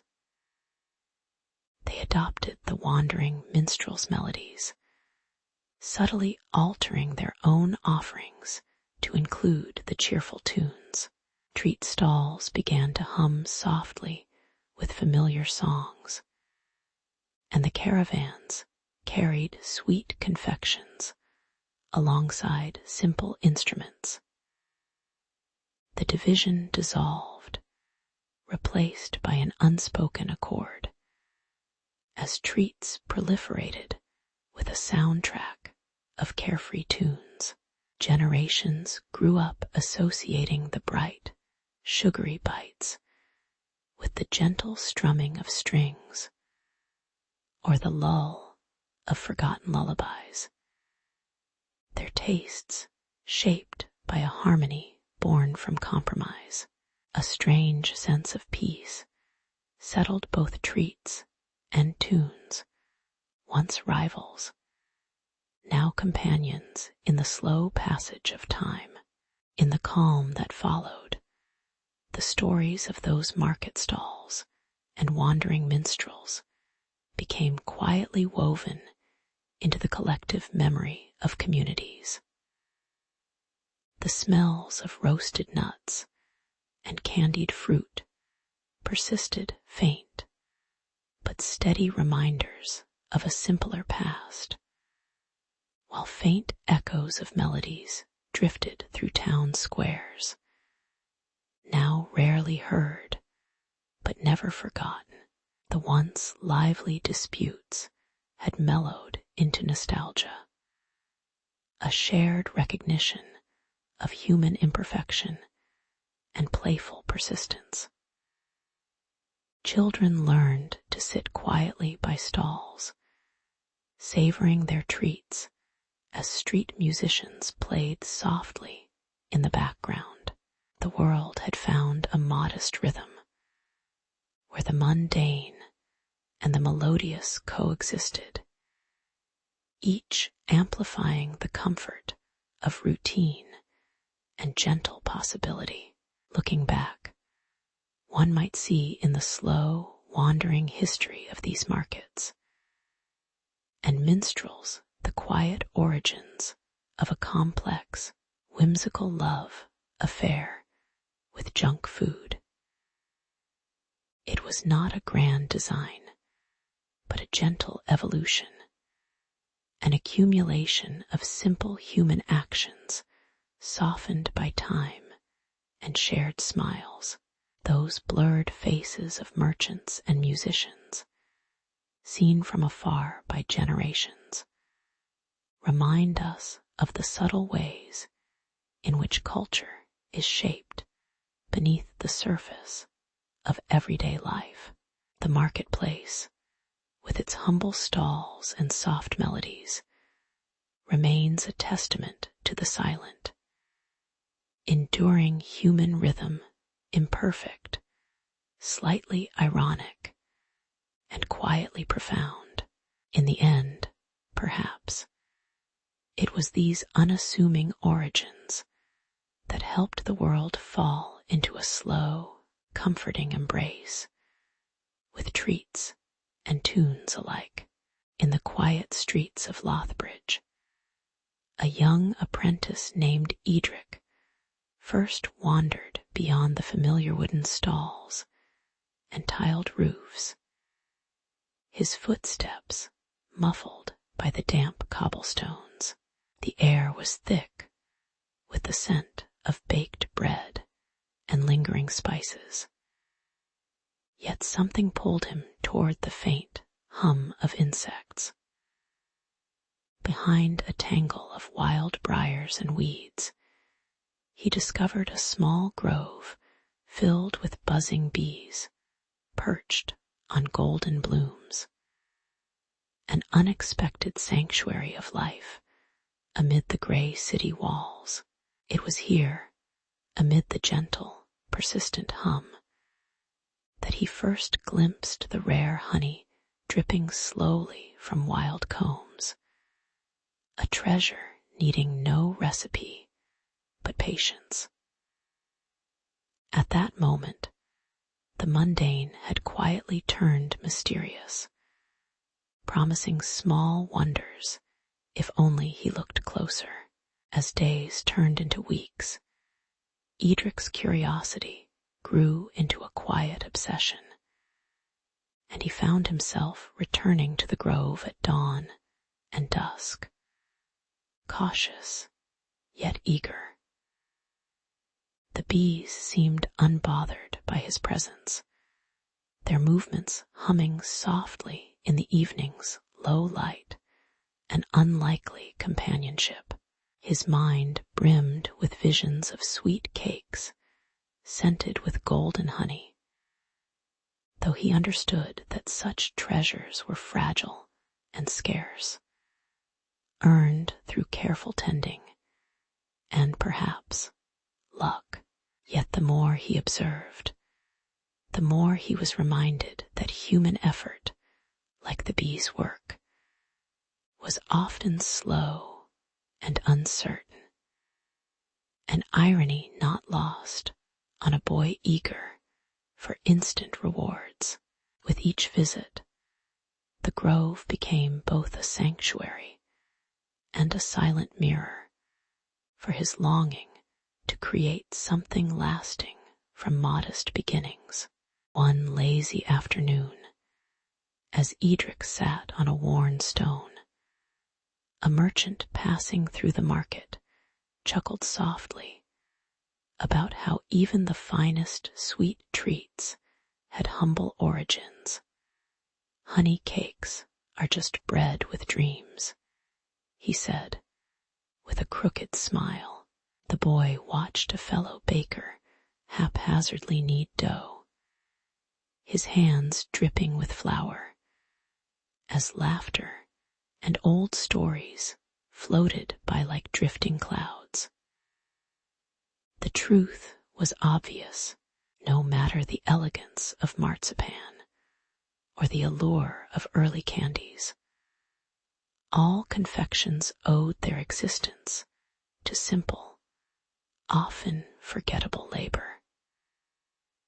Sometimes the irony lay in how humans sought to elevate the mundane into art, even as they seldom recognized the ordinariness in their own beginnings. Edric's eyes drifted back to his small jar of honey. The sweet irony of humble origins, now mingling with dreams of grandeur. In the calm of that late afternoon, Edric's fingertips felt the rough charm of the honeycomb, sticky and warm under his touch. As the shadows lengthened softly across the market square, he realized that the process of crafting honey cakes and marzipan was less about mastery and more about patience, an ongoing conversation between human hands and nature's quiet persistence. The bees continued their work in the background, indifferent to human ambition, producing golden offerings that seemed to carry stories of ancient fields and fleeting summer days. As he sat quietly, the bustling noises of traders and townsfolk became a gentle hum, far away and unimportant. Here, in this slow space, he found a kind of tranquil acceptance, quietly marveling at how life's simplest acts could carry subtle, enduring meanings. Years later, looking back from the quiet of age, Edric remembered the grove not as a place of grand discoveries, but as a quiet lesson in humility. How beauty often begins with patience and unassuming effort. The honey cakes, once a humble recipe, had become a symbol of small, persistent joys, while the marzipan reminded him that sweetness was often layered, not simply given. The early trade of candies, like all human endeavors, was woven with small ironies, that in pursuit of pleasure, people often overlooked the quiet, dedicated labor that made such delights possible. He understood that history, like life, was filled with ordinary moments, slightly humorous, subtly profound, held together by the gentle rhythm of human imperfection. And in such stillness, there was a kind of quiet dignity, as if the world had always been patiently waiting for us to notice. Edric moved quietly through the bustling caravan trail, the sun casting a soft amber glow over the linen-wrapped bundles of spice and dried fruits. His steps were slow and deliberate, the rhythm of shared conversations mingling with the gentle hum of camels. As they approached the distant city of Valencia, the air grew cooler, touched with the scent of distant gardens and jasmine, hinting at promised delights. Edric's mind lingered on the sweet prospects of honey cakes and marzipan, fragile confections that seemed almost too delicate for the harsh reality of travel. Somewhere in the distance, the shadow of distant towers hinted at the unknown city, its gates promising new markets and stranger tastes, yet also uncertainties yet to unfold. As the caravan arrived and settled into the busy markets of Valencia, a quiet tension began to settle among the traders. Rumors of political unrest flickered like weak torchlight in the gathering dusk, their words hushed and cautious.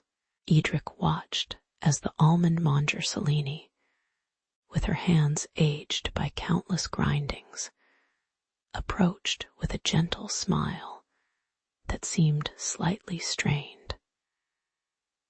Their meeting was simple, an exchange of greetings, and a shared curiosity about each other's craft.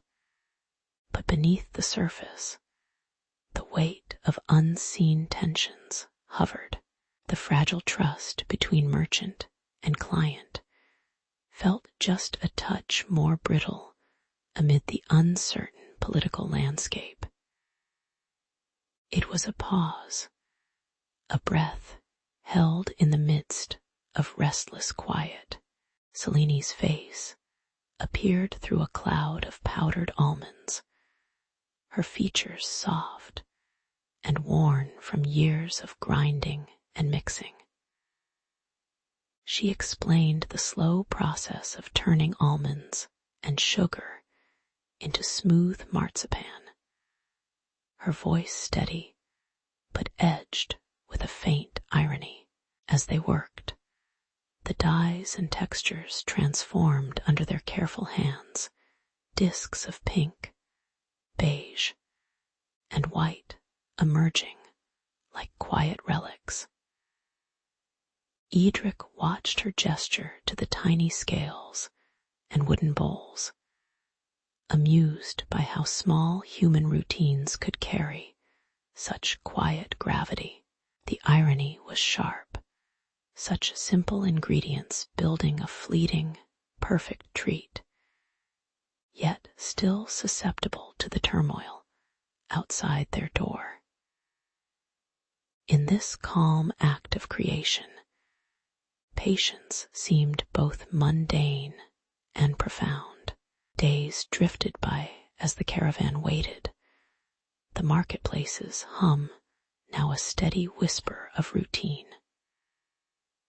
Edric found a small rhythm in the mundane act of sampling marzipan, and listening to the faint chatter of traders who seemed resigned to the slow tick of political clocks. The tension had not completely dissolved, but beneath it all, a certain peace had settled unspoken, like the soft dust on their crates. Selene continued her work with quiet concentration, her hands moving as if to sculpt patience itself. The distant city life came and receded in their minds, a gentle reminder that life persisted, even in moments stretched thin by uncertainty. And perhaps, in this stillness, there was some faint reassurance. As the caravan prepared to continue its journey, Edric looked once more at Selene, her face blurred like a faded drawing in the waning light. Their shared moment of crafting marzipan had rooted them briefly in a silence that felt almost sacred, a pause before the next move or upheaval. The spices, the almonds, the castle shadows, all blending into a quiet mosaic of human effort and fragile peace. Traveling through history's slow, winding corridors, one might realize that the sweetness of life isn't just in the confections they made, but in these small acts of patience and quiet human resilience. The caravan moved on toward the horizon, bearing the soft imprint of dreams and distant tastes. In the slow hours of a quiet dawn, the small workshop in Lothbridge stirred gently to the soft sounds of kneading dough and the faint aroma of honey. Edric and Selene, two humble confectioners, carefully laid out their secret recipes, cakes infused with warm honey and delicate marzipan cut into tiny, perfect shapes. Their little stall behind the tavern was a simple place, filled with patience and modest pride, where modest treats awaited their turn to delight a passing customer or a wandering traveler. The town's early inhabitants, for their part, regarded these small sweets as quiet gifts, easily overlooked but appreciated for their subtle sweetness. In these moments, human life moved slowly, unnoticed by the bustling outside world, which still slept under a sky tinged with the faint blush of dawn. But change came softly, yet inevitably, when the newly formed Candy Guild established their claim, demanding a monopoly on all sweet treats and establishing enforcers to patrol the narrow streets and markets. Edric and Selene watched the guild's representatives arrive with stern faces, their cloaks shadowing blurred, unseen expressions behind heavy hoods. The guild's aims seemed simple: control the trade, impose taxes, and limit competition. But for the small artisans, it felt like a quiet intrusion upon a fragile, honest craft. The familiar hum of barter and the simple joy of exchanging treats turned tense and cautious as whispers spread of rising taxes and patrols that inspected baskets and carried out quiet searches. The silence of everyday commerce now carried an undertone of awareness, a slow awareness of limits, and the distance between genuine craft and official control. In those narrow days of quiet resistance, the humor beneath human effort became more apparent.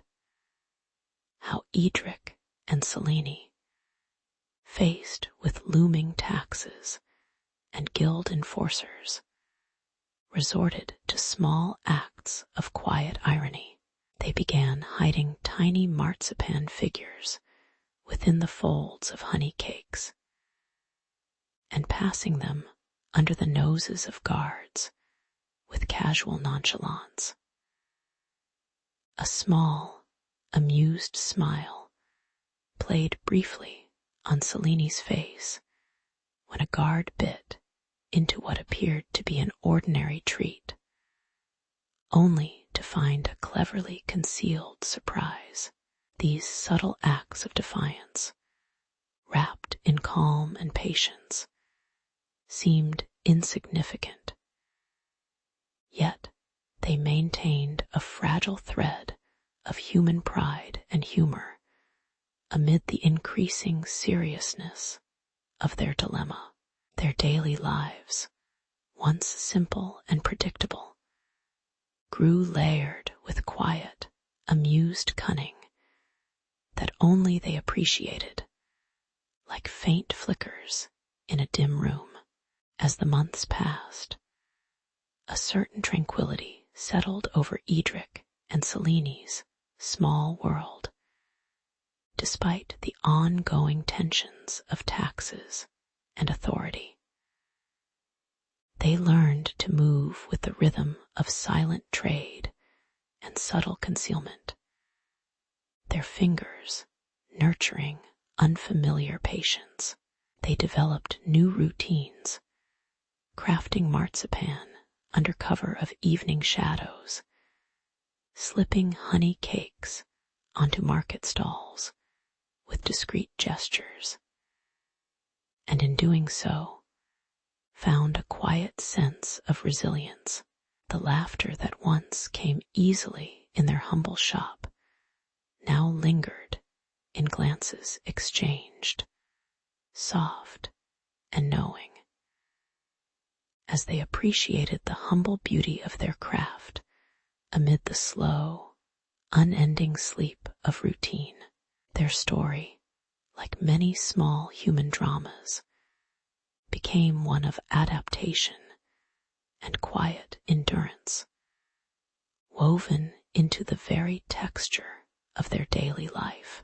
In the gentle quiet of later days, as the sun dipped low over the ancient rooftops, Edric and Selene reflected on their shared journey, on the small acts of rebellion, the subtle irony, and the simple hope that their crafts would survive even under the weight of distant, tired authority.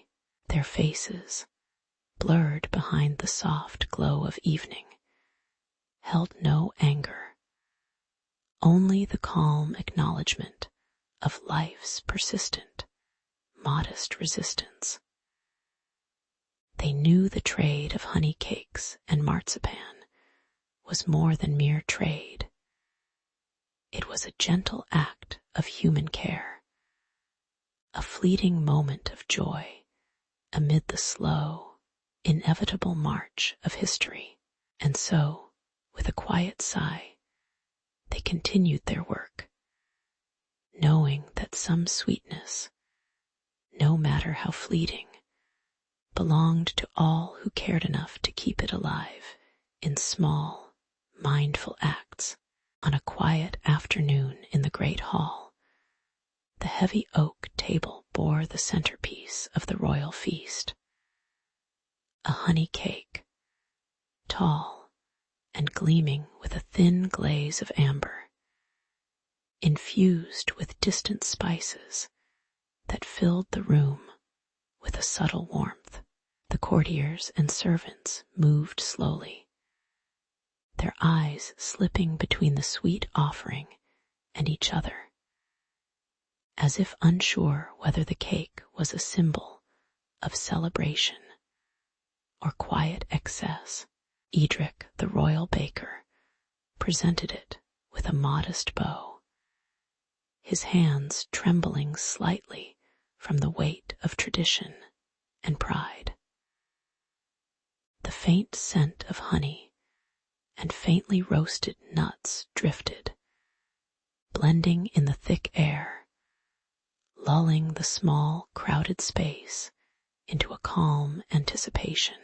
It was an ordinary moment, just bread and honey in a world slowly turning, yet somehow imbued with the quiet gravity of human craft and shared appetite. As the feast progressed, a subtle tension unfurled, an undercurrent beneath the gentle hum of conversation and the clinking of goblets. Selene, the court confectioner, unveiled her creation, intricate marzipan figurines, delicate enough to seem almost fragile, displayed with deliberate care around the dessert table.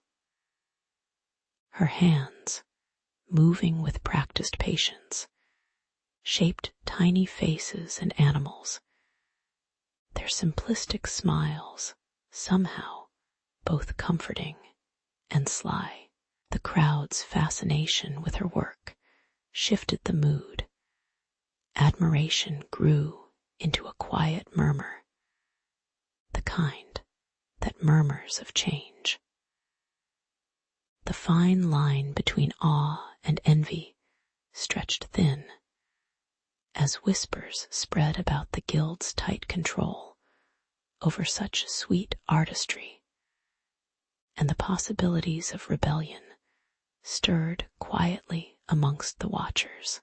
Irony settled in softly as the crowd's admiration for Selene's marzipan figures turned into a shared, veiled curiosity about the power of these small, edible sculptures. What began as harmless admiration soon edged into a subtle critique of the guild's monopolies, their craftsmanship denied to many and reserved for the favored few.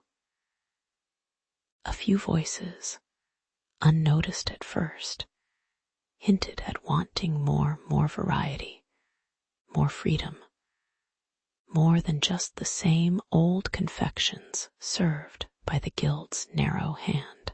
The excess sweetness of the honey cake seemed to mirror the growing bitterness of the people, who found humor in the absurdity that a tiny sugar soldier could symbolize a tentative, cautious protest, a quiet revolt flavored with marzipan and honey rather than sharp words.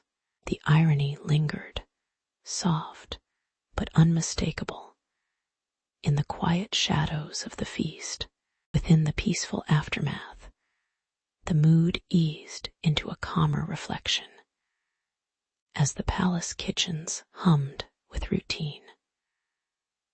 Pots stirred slowly, cloths dried by cool breezes wafted through open windows, and voices lowered to gentle whispers. The tumult of ideas and discontent ebbed like a slow tide, carried away by the hum of everyday life, faint footsteps, the scrape of a spoon, the distant clang of pots. The crowd's curiosity had been satisfied for now with the simple, honest craft of baking and shaping. Edric and Selene, modest in their success, returned to their tasks with quiet smiles, knowing well that the true story of sweetness was composed of patience and shared stories, not just towering confections or figurines of marzipan. As the evening settled over the castle, there was a gentle acknowledgement that human pursuits, be it baking, crafting, or quietly questioning authority, moved slowly, like a flower opening only when the sun is least watching. The soft glow of oil lamps cast long shadows, framing faces that carried the faintest traces of humor and exhaustion, all blurred behind the unchanging face of history.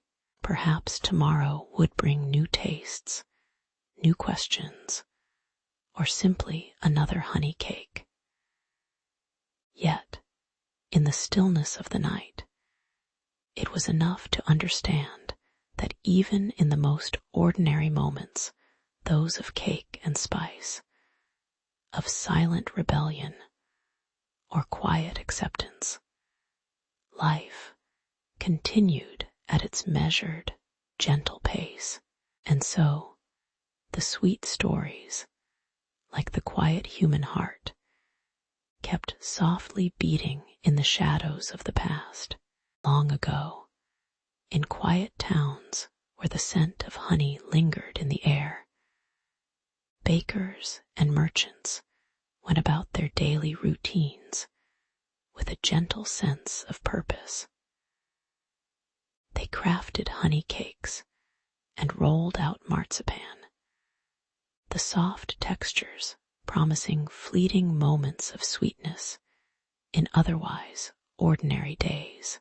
The marketplace was filled with the dull hum of conversation, a faint metallic clang of tools, and the soft rustling of cloth as shopkeepers arranged their modest wares.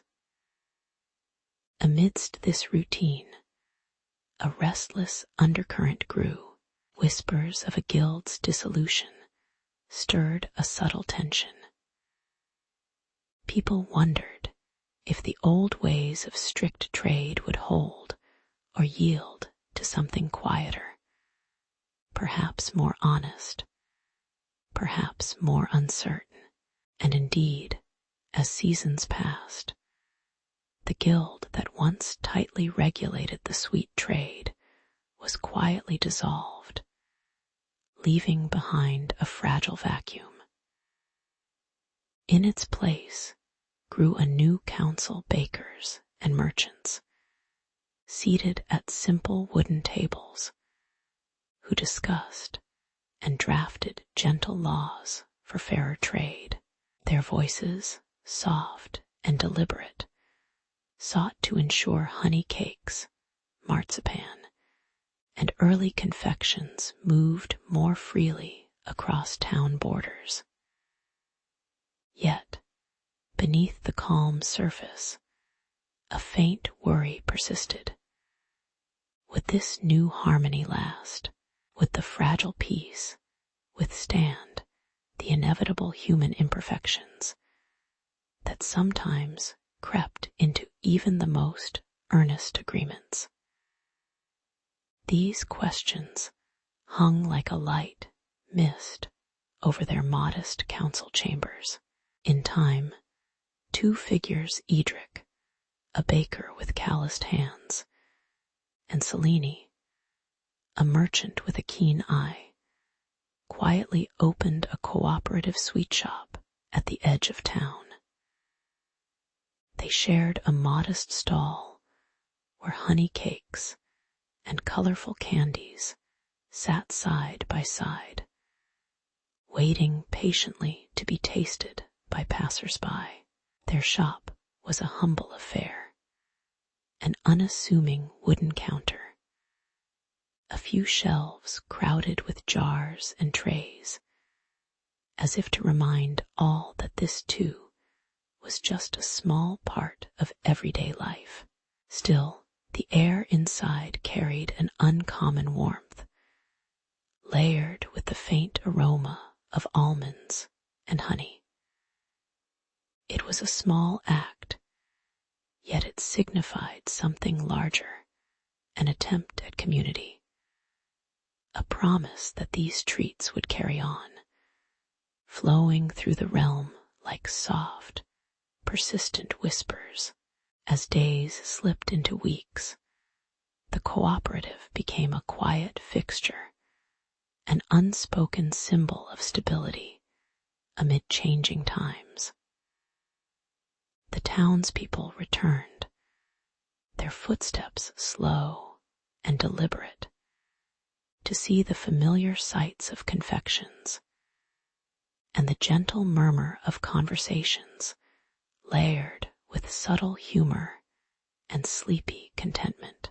Edric and Selene's shop stood as a calm junction where trade's older iron grip had loosened, replaced by the slow, human rhythm of sharing and trust.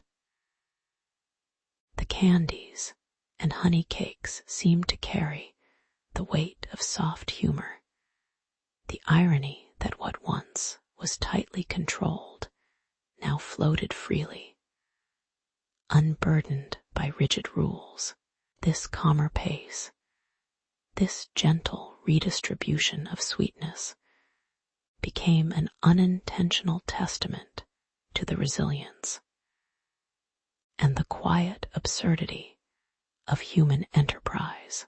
Eventually, the story of their small cooperative persisted as a quiet, almost unnoticed chapter in the realm's history, a gentle reminder that simple acts of cooperation could forge lasting peace and prosperity. Their humble shop, now slightly faded with time, but still cherished in memory, whispered of a time when the careful balance of trade was reset not by grand speeches, but by ordinary humans doing ordinary things, sharing honey cakes, passing marzipan, and waiting patiently. The blurred faces of prophets and rulers seemed distant, the daylight now softer, settled into a peaceful dusk. Perhaps, in these slow moments, the realm learned that the sweetest things were often simply shared, quietly, day after day. In the quietly rolling valleys of ancient Sumer, a temple priestess named Lyra wandered among the busy beehives and blooming fruit trees, her hands gently brushing honey onto clay vessels.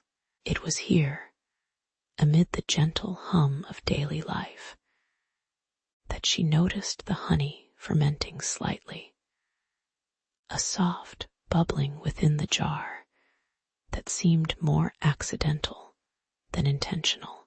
As dawn spilled golden light over the fields, she tasted the sweet nectar transformed into something warm and oddly soothing, mead, perhaps a gift from the stubbornly patient earth. Nearby, farmers with rough hands and dirt under their nails watched that hazy morning with expressions somewhere between curiosity and bemusement. Little did they realize their small discovery would become the root of something larger, an invitation for strangers and locals alike to gather, to share stories over cups of fermented honey. The simple act of fermentation seeded a slow, enduring tradition of hospitality that would quietly ripple through time. As seasons rolled into years, the fermentation process spread beyond the temple's stone walls, woven into the daily fabric of village life.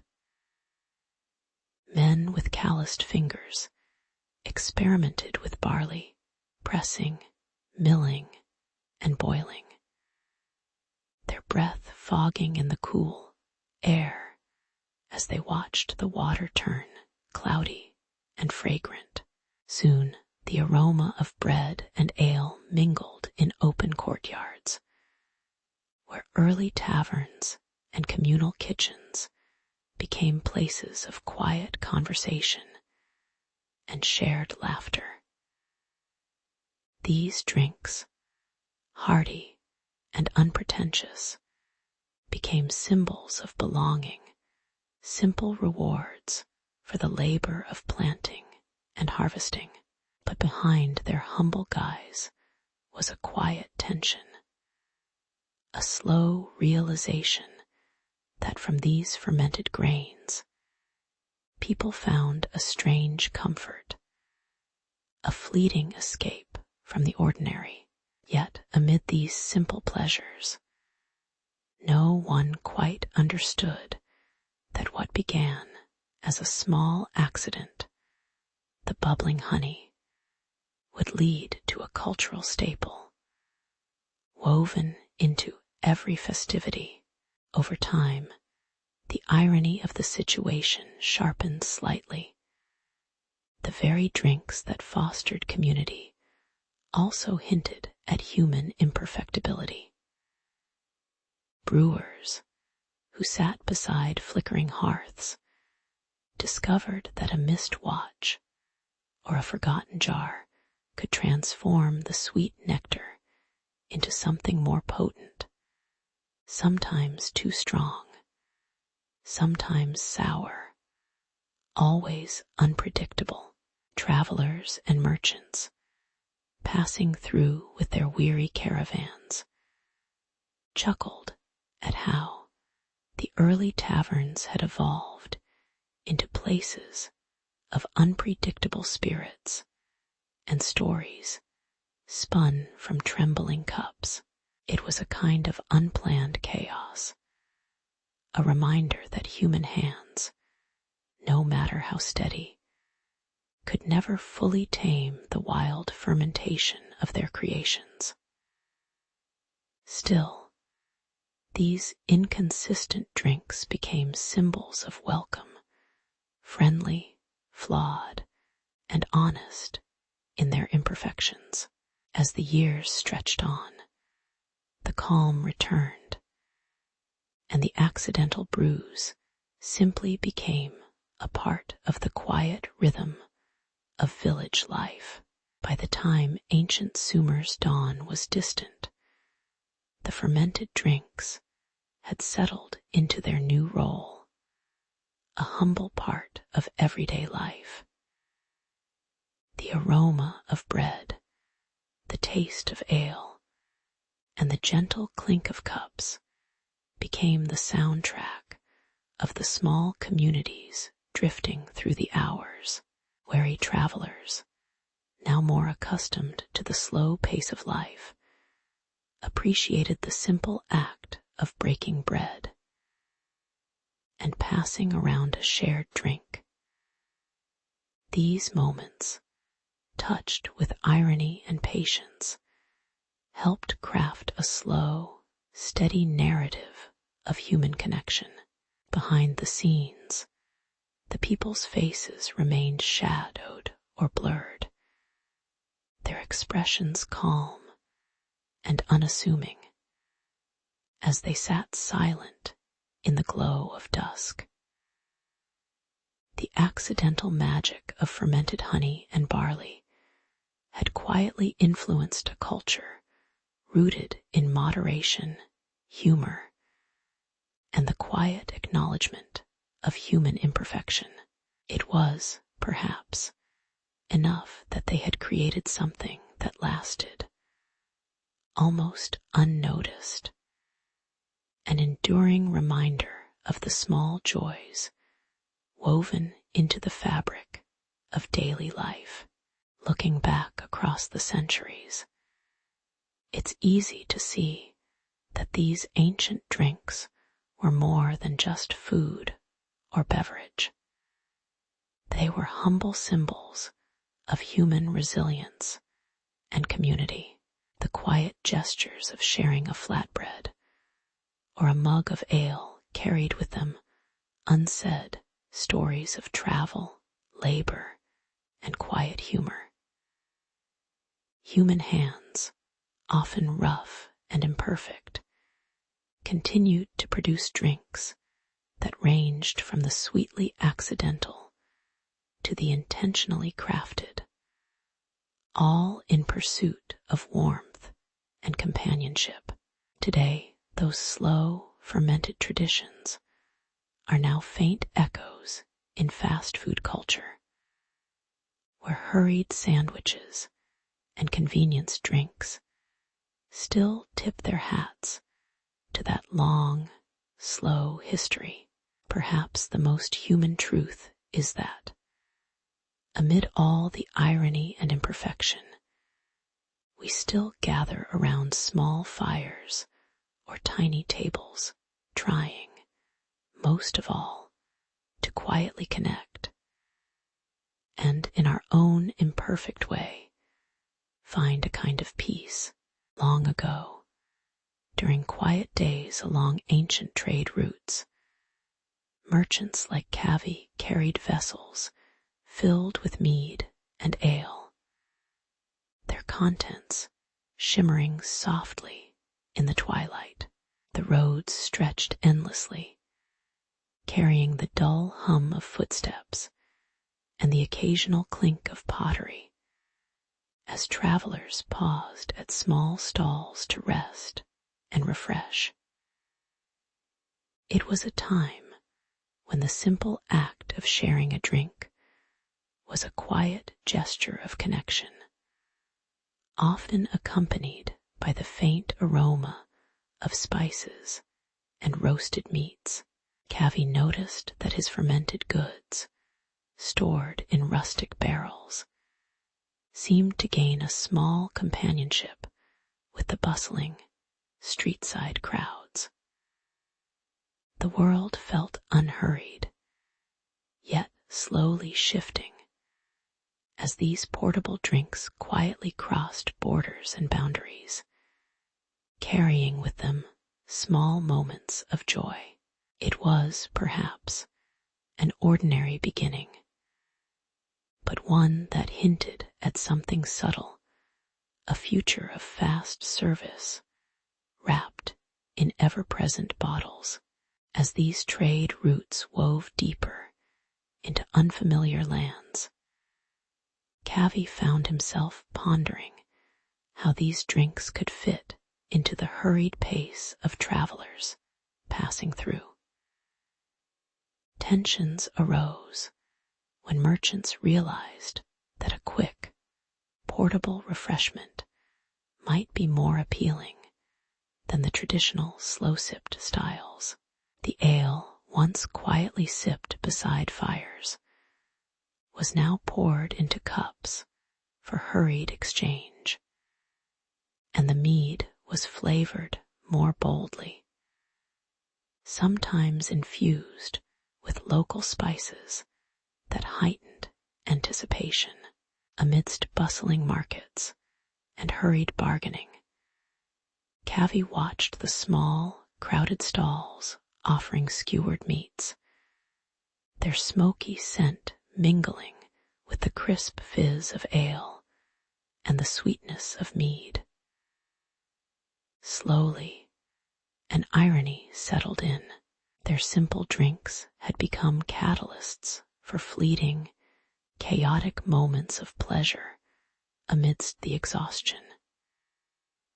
It was a tense, but quietly transformative phase, a recognition that perhaps everything was moving just a bit too fast.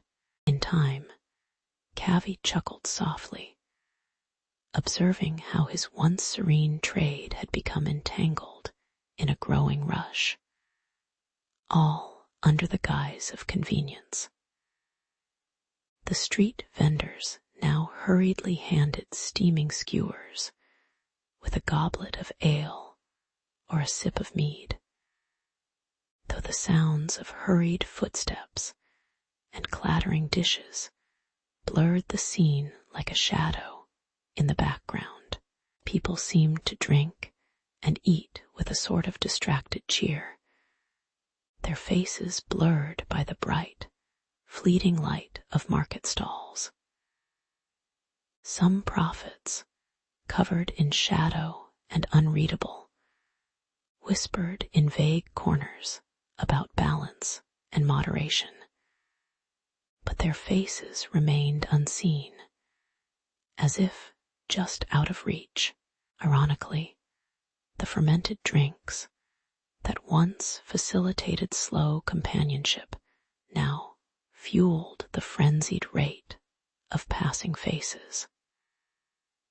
There was a quiet humor in how the simple act of pairing food and drink had unwittingly contributed to this hurried pace, a testament to human simplicity and excess intertwined.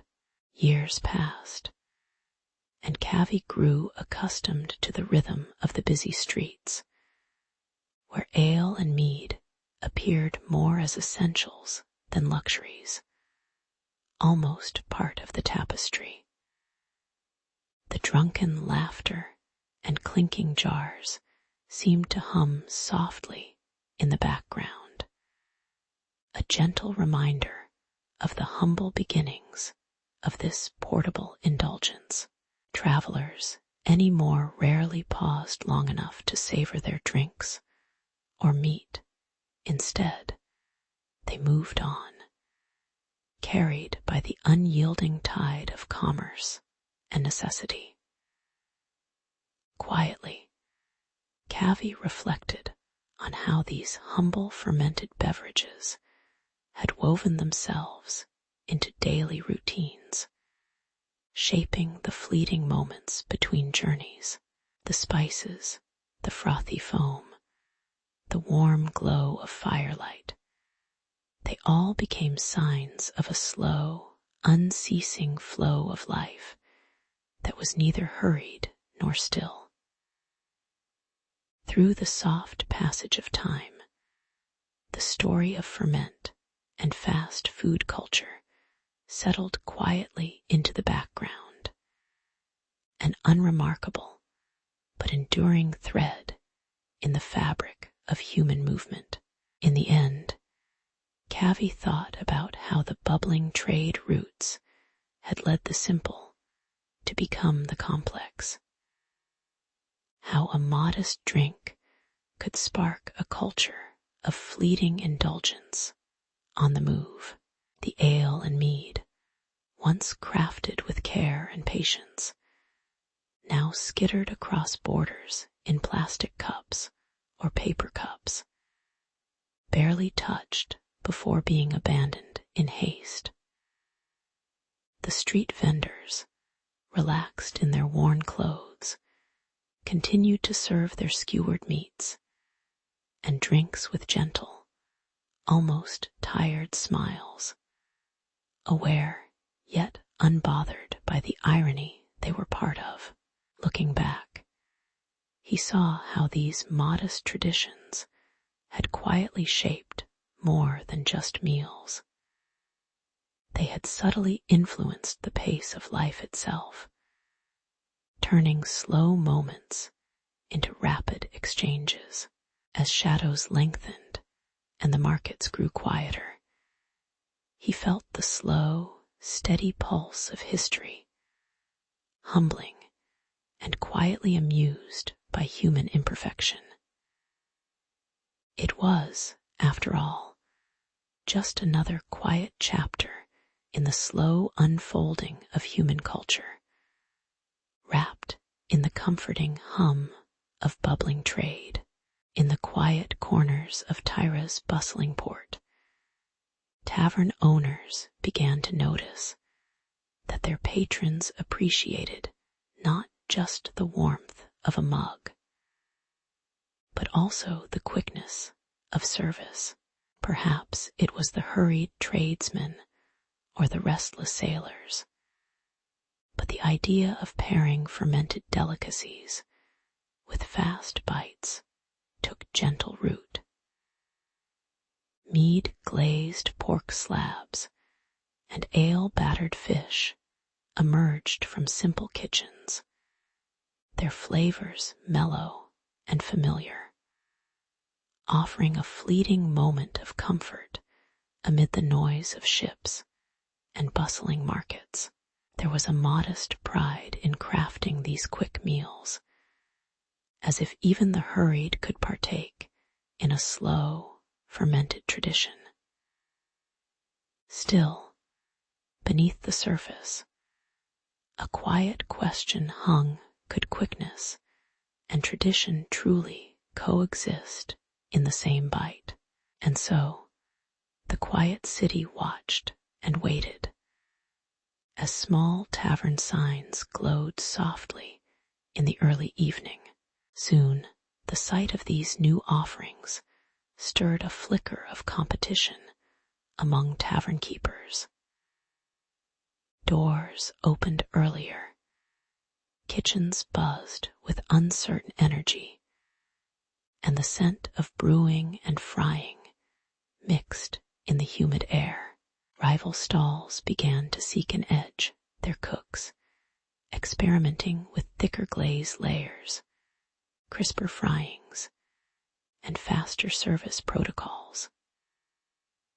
The marketplace turned into a slow dance of innovation, where each stall strove to serve richer flavors with less time, all while the clink of mugs and the murmur of gossip filled the background.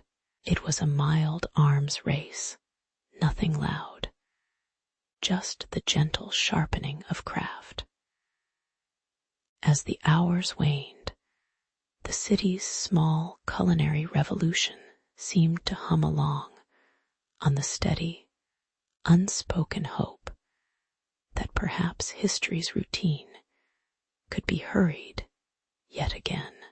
And then, as so often happens, irony found its place quietly slipping into the unnoticed gaps between effort and expectation.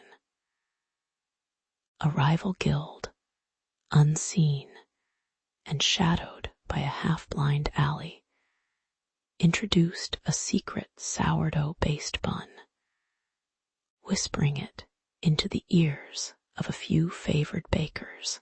This soft, tangy bread, made from a mysterious, slightly sour ferment, threatened to transform the simple fast food into something more elaborate, an invention that hummed with subtle complexity. The competition, once a matter of quick service and flavor, now took on the character of a silent challenge, a culinary arms race fueled by the unintended wit of a tucked-away sourdough. Its presence was barely noticed in the busy morning, but it lingered beneath the surface like a quietly brewing storm. Over time, the market's pace slowed, settling into a gentle rhythm that hinted at a kind of quiet peace. Sellers adapted to the newly introduced bread and refined their techniques, but the days grew softer and less hurried. The aroma of fermented grains and hearty stews became part of the city's background melody, blending into the longer evenings. Patrons, too, found a certain comfort in the slow unfolding of flavors, as if the city itself took a breath. The rivalry persisted in stories told over quiet fires. Yet in the present, it all seemed a distant shadow, an echo of faster days that had quieted into the mellow slow. The city learned, in its own small way, that progress often tucked itself away in the mundane, waiting for a moment of stillness to reveal its subtle truths. Now, in the calm of this ancient port, one might see that the true lesson lay not in the rapid race for innovation, but in the quiet endurance of tradition and change.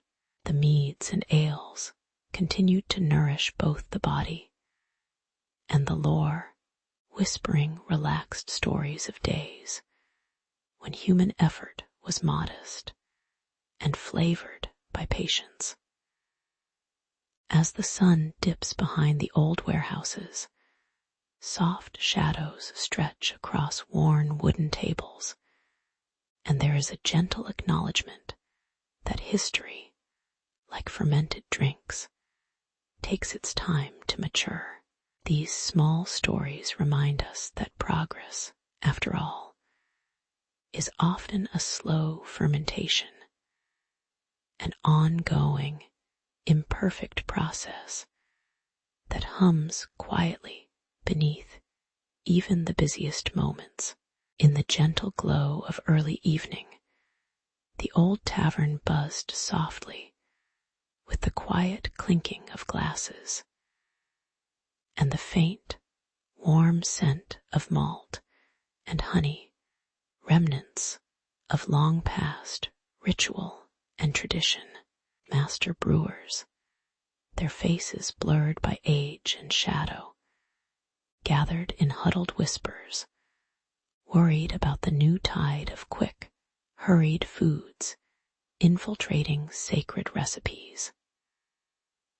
Across the cobblestone street chefs with quick hands and eager smiles prepared for an upcoming challenge, an informal contest to defend the honor of fermented delicacies versus the haste of fast food.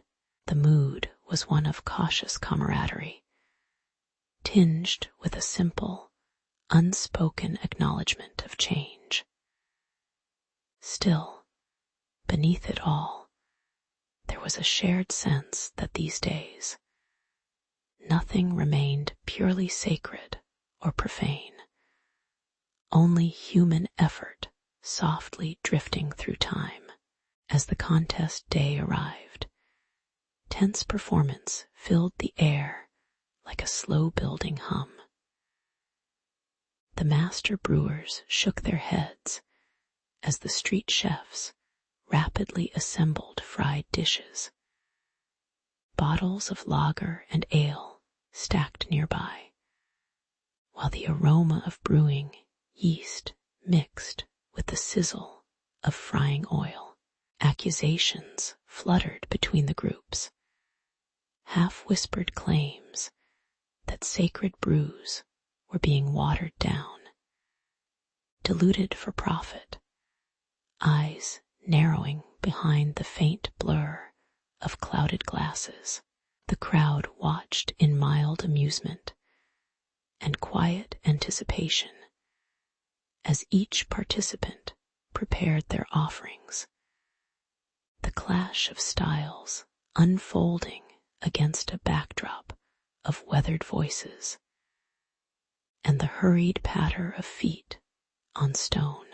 Something ancient seemed to ripple just beneath the surface, a reminder that tradition, even in its slowest moments, has a restless breath. Irony then softly drifted into the scene, like a faded image flickering in the corner of a dim room. The master brewers, their faces just barely visible under a low-hanging shadow, scoffed silently at the sight of street chefs smothering fried chicken in weak beer batter, meant to be quick, not sacred. Meanwhile, the chefs, half grinning, claimed that speed brought its own kind of magic, transforming ordinary ingredients into something lively and new. In this quiet, unremarkable standoff, the absurdity of trying to protect or dilute a taste so familiar and human was clear. An invisible, slow humor hung in the air, as if history itself found the scramble between tradition and novelty mildly amusing and perhaps just a little inevitable. In the calm after the storm of competition, a new kind of understanding quietly settled among the participants. The slow drizzle of evening settled over them, softening the edges of their differences. The daring chef, who had combined mead-marinated chicken with an ale-based batter in a simple act of ingenuity, was met with approving nods and gentle applause. That moment of unexpected success, small and unassuming as it was, seemed to dissolve the tension of the morning, whispering that perhaps respect is born not from pure tradition, but from the courage to try something different. As they shared humble tastes and tentative smiles, the scene became one of gentle acceptance, a reminder that even fleeting fame can carry a touch of genuine connection across the quiet spaces of human effort. In retrospect, the entire episode became a quiet chapter in the slow flow of history, a modest story about the blending of old and new. The forgotten faces of the prophets, their features hidden beneath layers of light or shadow, seemed to watch silently as people experimented with what was familiar and what was daring. The fermented flavors, once deemed sacred, had found their way into hurried dishes, quietly altering the landscape of everyday life. Perhaps the lesson was simply that human attempts at preservation and innovation often dance together, neither fully winning nor losing, just drifting onward like a slow tide.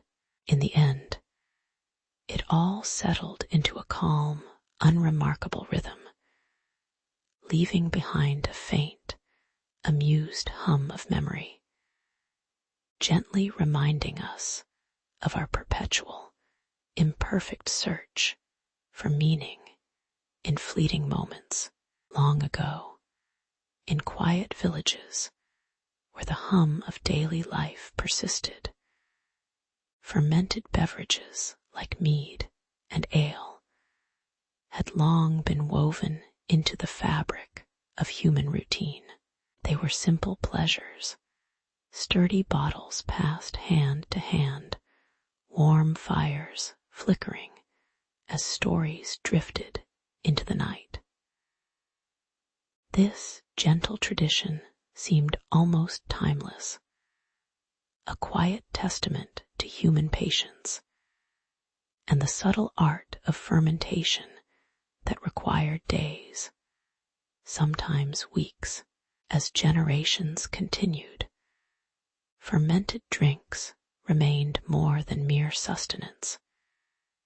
They became symbols of communal harmony, marking gatherings and milestones with a soft glow of familiarity.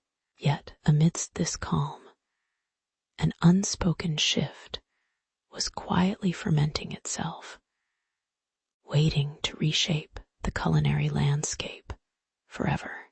Over time, as cities grew crowded and the pace of life quickened, the slow craft of brewing found itself pressed into service, not just for kinships or festivals, but as a new social catalyst.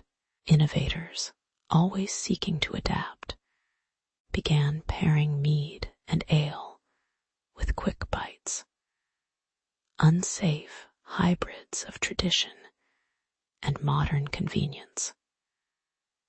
Slowly, fermented flavors seeped into the realm of fast food, transforming ordinary, hurried meals into small celebrations of flavor.